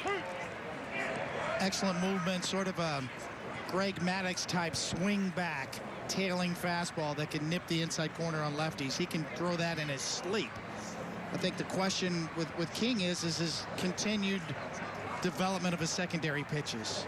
He's got a pretty good changeup already to go with it. I think the last piece of the puzzle is a slider or a breaking ball that needs to be a little more consistent for him, a little better weapon. And that's where the gas station can really help. That's where a guy like Matt Blake can really help him in terms of evaluating the spin on his breaking ball, changing the grips a little bit, and coming up with a design that really works for him.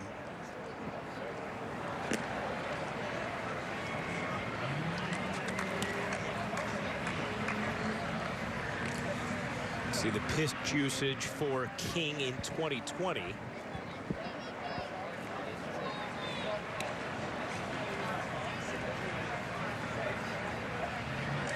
Facing Kanan Smith and Jigba, who was part of the Tyone trade.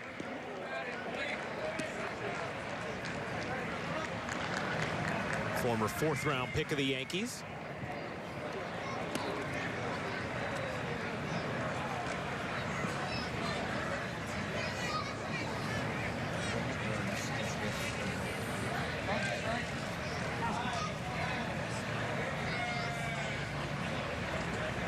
Count is 1-1.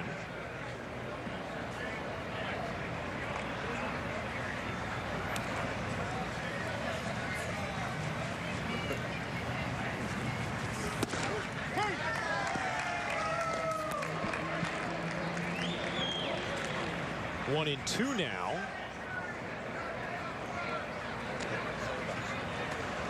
So they fixed it on the scoreboard, and you can see the delighted reaction.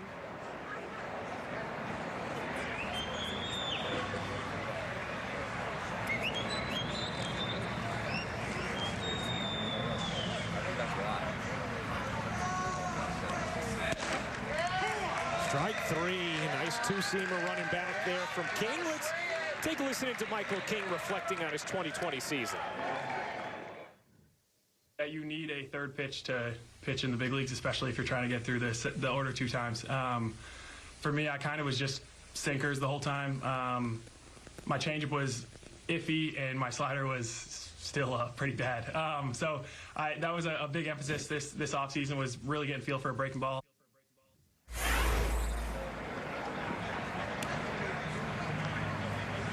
Well, David, basically exactly the way you broke it down for Michael King. He's very aware. You know, the strengths are there. I mean, pitching coaches and managers love a pitcher like this because you know what you're going to get. He has excellent control. He's not going to beat himself. He's not going to walk a lot of batters. His fastball really plays. The movement and the location of it are above average in my estimation. But the self-awareness, very good. I mean, very honest about what he needs to work on. I would rate his changeup as his second best pitch now. You know, what he comes up with, whether it's more of a slider or a curveball, he's classifying it as a curveball now, is really going to be the difference between whether he's got a viable option to be a starter, as he said, or is he going to be more ticketed for relief and be more of a middle reliever.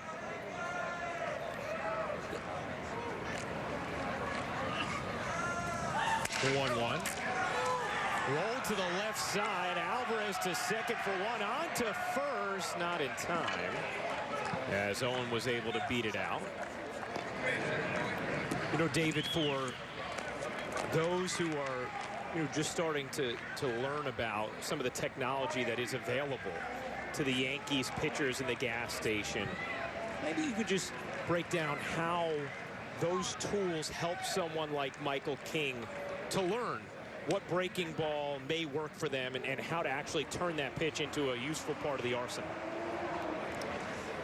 Well, yes, I mean, you get exact measurements now on how your baseball spins out of your hand and the type of movement and the shape of your breaking stuff, whereas before you just went by the eye test. And while there's still a definitive place in my mind for the eye test for the old school talent evaluators, there's still very much needed in the game. But when you're trying to make quick adjustments, some things happen so quickly that you can't see with the naked eye, and that's where the high-speed cameras come in, and that's where the spin evaluation comes in. And what you think you're doing and what you're really doing may be two different things, and that's where the technology can really sort that out for you. And you can get immediate feedback, Ryan, right now as you work on the side or in the off season. You get that feedback on the type of spin you're generating, and you can tweak your grip a little bit, or you can try something different and get that immediate feedback and incorporate it right away into what you're trying to do and improve the shape and the consistency of your breaking ball. Well, that was a strong inning for King. Blew the fastball by there. We go to the bottom of the 8th. 5-5 game. Home of champions.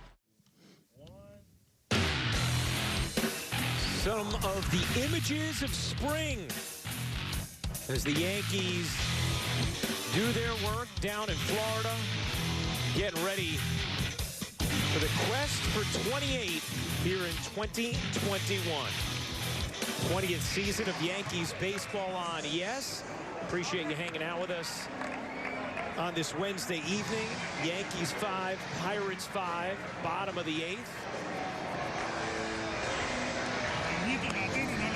Blake Cederlin, the new pitcher for Pittsburgh.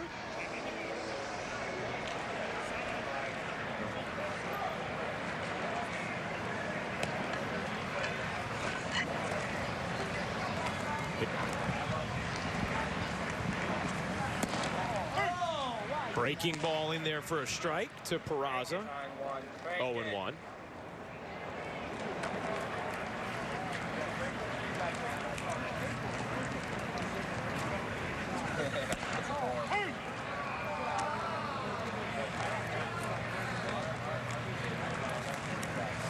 See the numbers at single A for Oswald Peraza.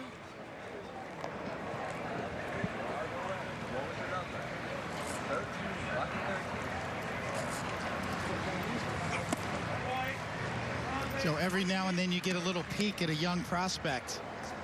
And you try to get as much information as you can, and obviously Meredith Marakovits does a great job of that there in Tampa.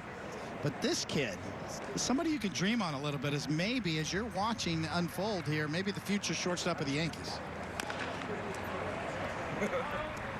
And that's how they feel about him. And certainly when you have your organizational meetings, it's easy to dream big on young prospects because everybody loves their own prospects. But if you think about Peraza here, they feel like he's got the wherewithal to stay at the position and play it well.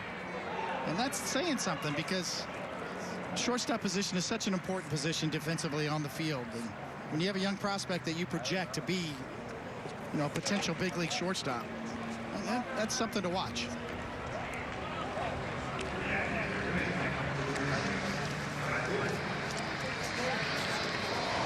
Stream every regular season game live or on demand with MLB.tv, online or on your favorite supported devices, as well as select spring training games. Blackouts and other restrictions apply. Visit MLB.tv for details. Yeah, David, we saw where Peraza ranks in the Yankees system right now.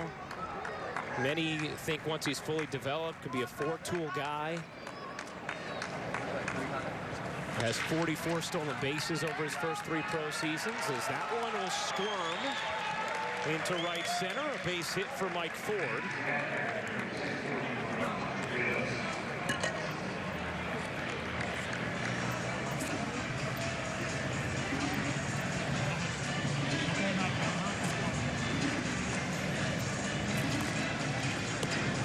One more thing interesting on Peraza.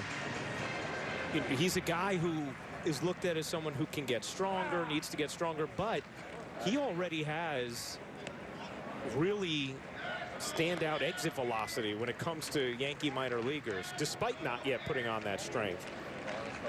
So you wonder, okay, could a little pop develop as well for Peraza?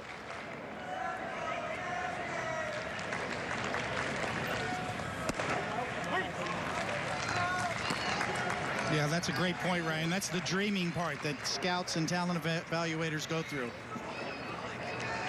You dream big on your young prospects and try to project them on down the road. And Peraza certainly is one of those guys that the Yankees are dreaming on.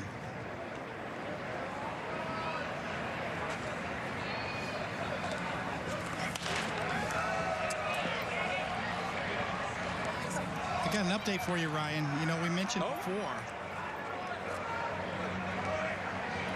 before about the Pirates' young, talented third baseman, Ke'Bryan Hayes, and that he isn't here today. And Charlie Hayes, his father, a former teammate of mine, he actually DM'd me on Twitter and said, we'll be there Saturday. So, yes, if you're interested, Ke'Bryan Hayes will be here, and we'll get a chance to see him. Saturday on, yes, 1 o'clock game.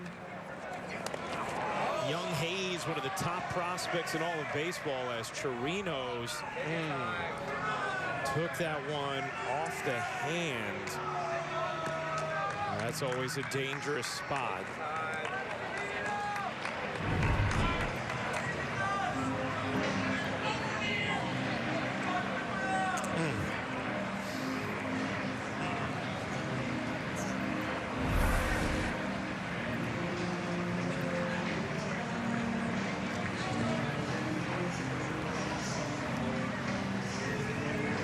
Get nervous whenever you see that, because we know how sensitive that area is, how many little bones there are.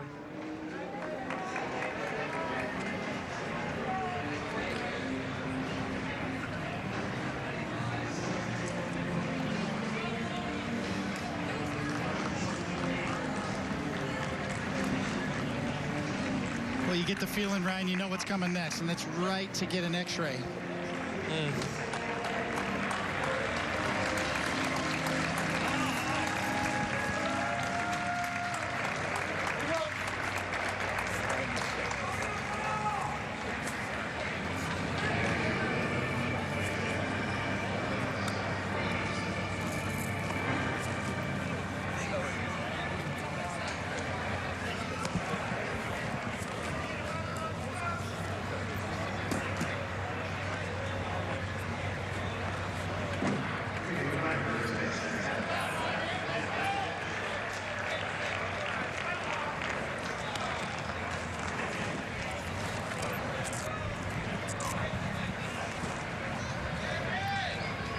Pinch runner for Chirinos. Now, David, we don't know exactly what the velocity was on that pitch, but Cedarland throws hard. This is a guy who throws between 98 and 100 miles an hour.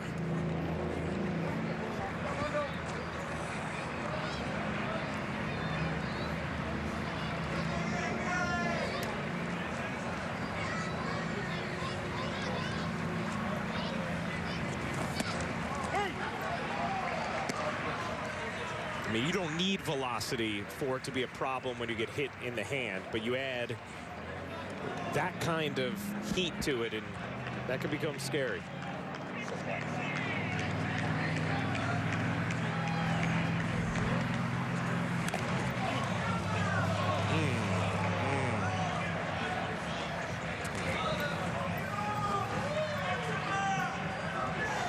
Some bad luck at home plate right now. Can the players call for a rollover inning? If I was the catcher, I'm a rollover inning right now. You ain't kidding.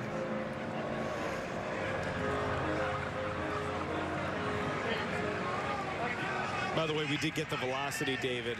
97 miles an hour, that pitch that hit Chirinos on the hand.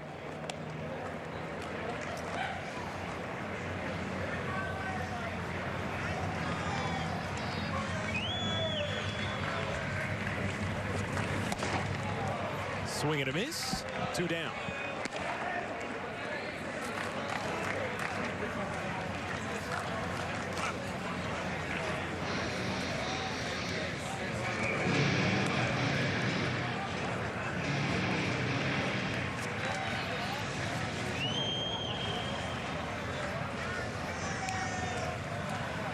Cedarland debuted last September with the Pirates.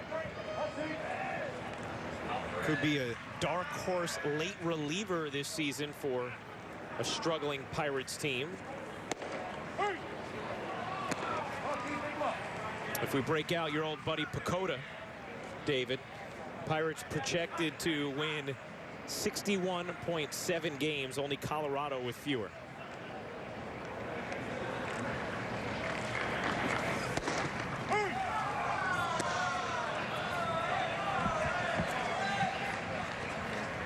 Yeah, that is an extremely low projection, right? I mean, there's an old baseball saying that said, you know what, you throw any team out there, you're going to automatically win 60 games out of 162. You know, you just by random variance.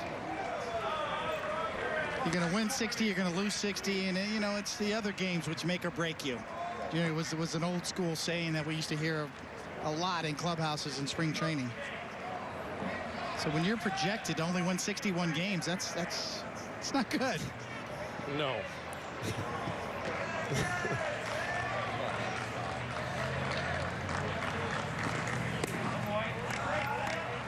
But the silver lining is as we said, they have some good young prospects. Cabrian Hayes, as we mentioned one more time, Cedarland here on the mound, and a very important July draft for them this year as they have the #1 overall pick. And as I mentioned before, 4 out of the first 73 picks. So very important summer as they start to build for the future and get some players in here, some young talent.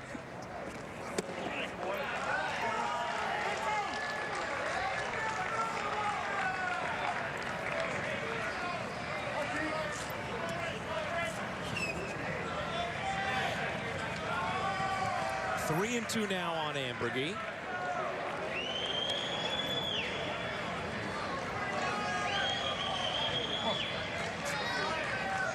First and second, 2 out, 5-5 game, bottom of the 8th. Yankees runs coming on a Brett Gardner sac fly, a 3-run homer from Giancarlo Stanton, and a solo shot immediately following that from Gleyber Torres.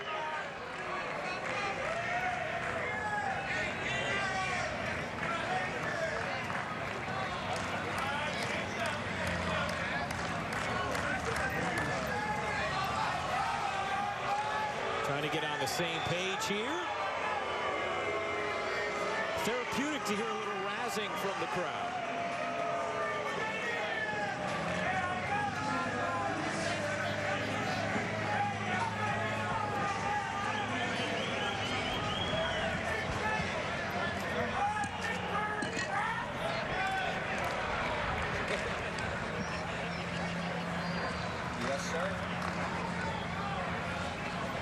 The 3-2. All four, and the bases are now loaded with 2 down.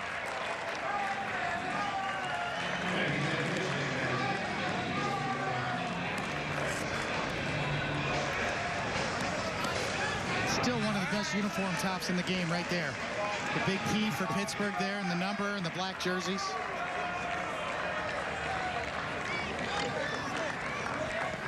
No disagreement here, David.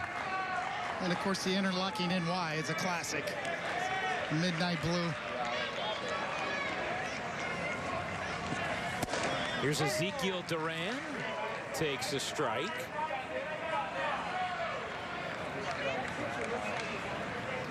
It's a good look right there, Ryan.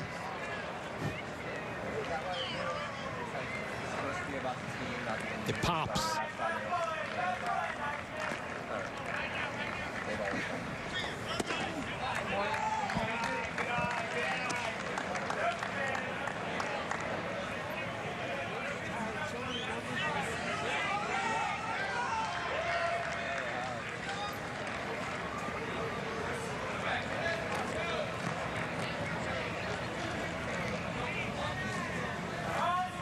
Depending on what publication you look at, Duran somewhere around the 15th best prospect in the system.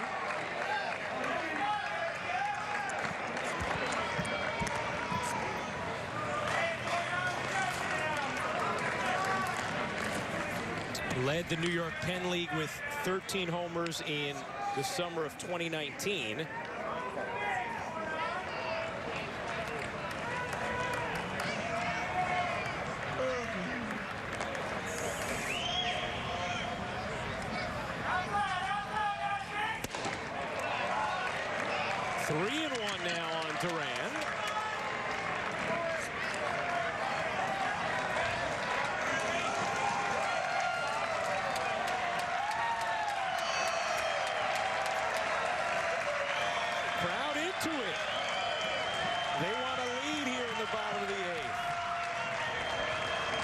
It's been a while since they've been at a baseball game.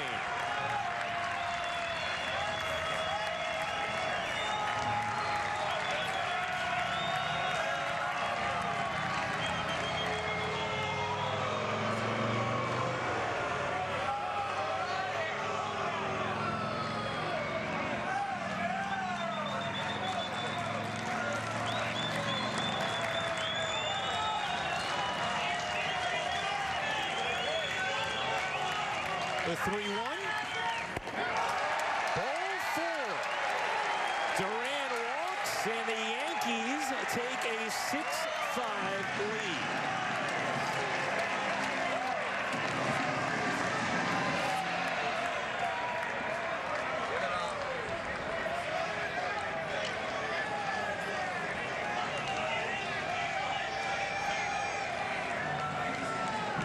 And that is going to do it for Cedarland. Yankees jump in front here in the bottom of the 8th. Base is still loaded.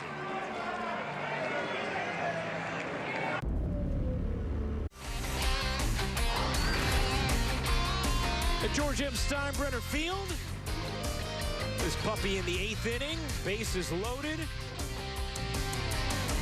2 out. We see some of the sights of the complex in Tampa, Florida. The Yankees have taken a 6-5 lead, and the Pirates have had to go to their bullpen again here with Braden Ogle coming in out of the pen. You see the numbers in the minors in 2019.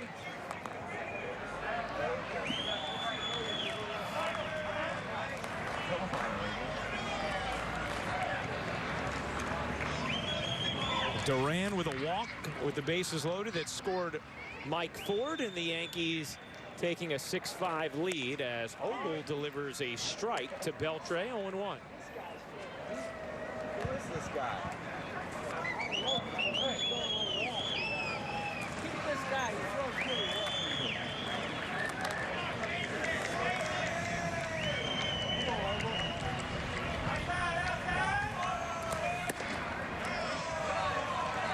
Kind of has the look of a left-handed reliever, doesn't Ogle? Yeah, he's got some big league moss. flowing out the back.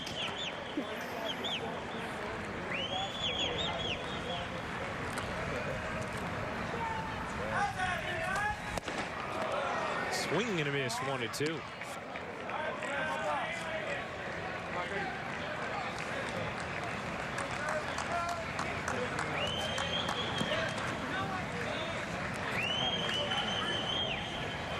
Was that high A back in 2019.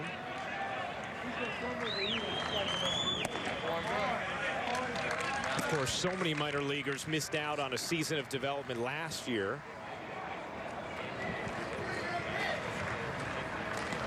Ogle included. His hair continued to grow, though.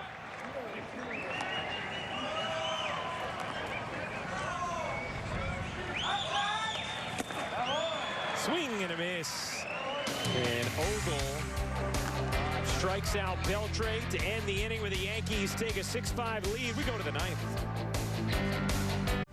Welcome back to Yankee Spring Training, brought to you by Ford. 9th inning at Steinbrenner Field. The Yankees a 6-5 lead on the Pirates. Ryan Rucco, David Cole, Meredith Marakovitz, and our brand new Yes app with you. Appreciate you hanging out with us. Tony Walters 0 for 3 tonight.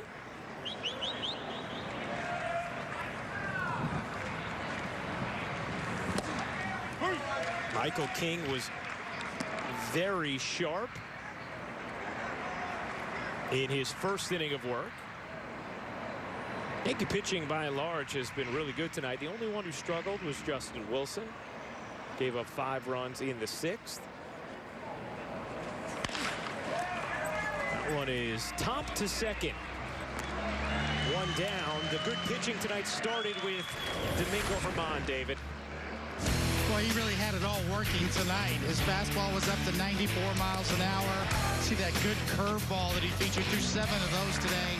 2 swings and misses with it. So really, Aaron Boone talked about the 3-pitch mix that Germán has. All of them on display tonight. All of them extremely effective. 3 innings, only 1 hit. No walks and 3 strikeouts. 31 pitches for Germán, so efficient.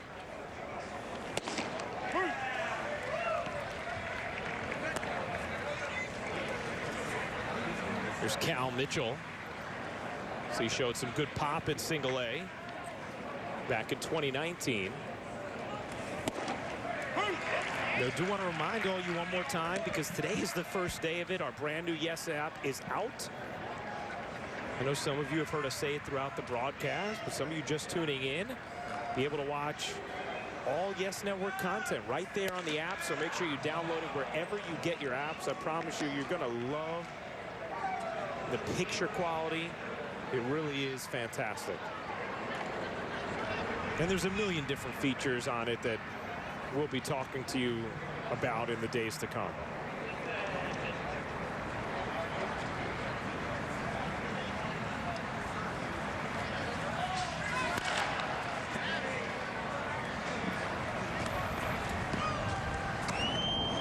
Well, I say this every year, Ryan, and it doesn't win me any points with my bosses, but I hate the blackout rules in Major League Baseball.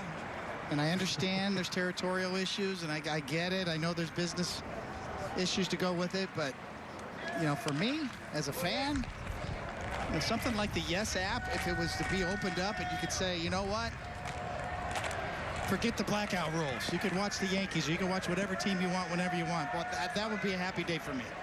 And I'm off my soapbox, and I got it out of my system. Didn't do myself any favors there, but you know, that's my story, and I'm sticking to it.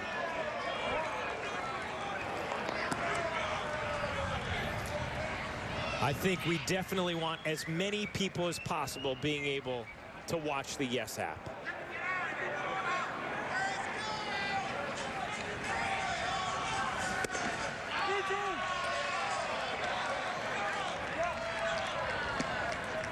King just missed with the fastball there. 3-2.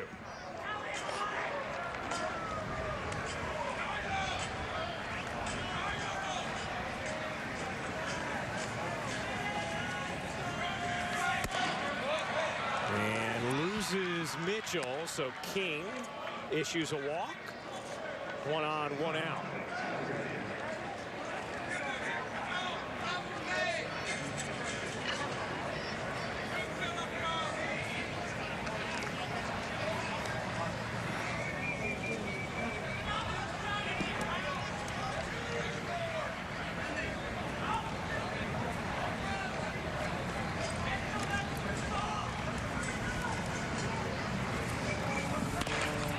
Swaggerty drops down a bunt.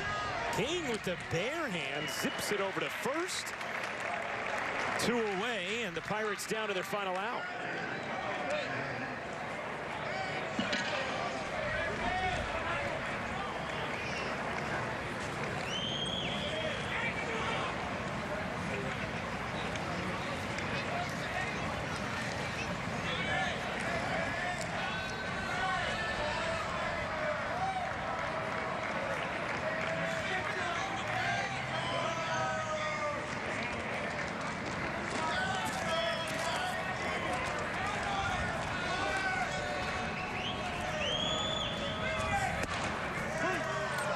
Fastball strike from King against Shiwan Bay.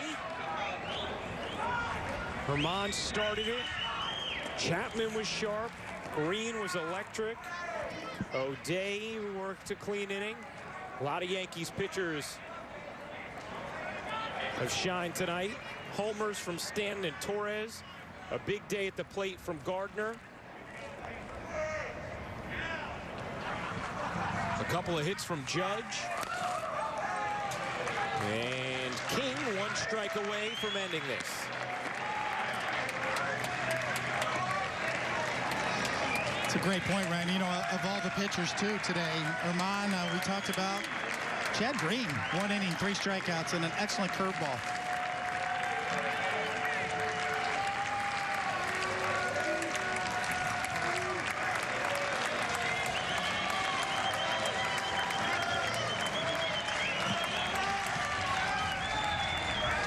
The 0-2. Chop back to the mound. King gloves, fires in time to finish things off in Tampa. 6-5 the final as King throws 2 scoreless innings to close out a victory for the Yankees tonight. Time for tonight's Cadillac Players of the Game. David, Yankees saw some of the middle of their lineup pop in the 3rd. An absolute missile from Giancarlo Stanton. And then right on top of that, the next pitch, Labor says, back to back. Or as John Sterling says, belly to belly, was on display here tonight. Those are your Cadillac Players of the Game. 6-12-1 for the Yankees. 5-5-1 for the Pirates. King the win, Cedarlin the loss, and Stanton and Torres both go yard. That's going to do it from George M. Steinbrenner Field. Final score, the Yankees 6 and the Pirates 5. Special thanks to producer Troy Benjamin, director Dan Barr, Mike Webb, Jared Boschnak, and our executive producer is Mr. John J. Filippelli. Join us again Saturday for Yankees baseball as the Bombers take on these Pittsburgh Pirates from George M. Steinbrenner Field in Tampa. Coverage begins at 1 o'clock on the Yes Network. Once again, the final score, the Yankees 6 and the Pirates 5. For David Cohn and Meredith Marakovitz, I'm Ryan Rucco saying, have a good one, everybody. So long.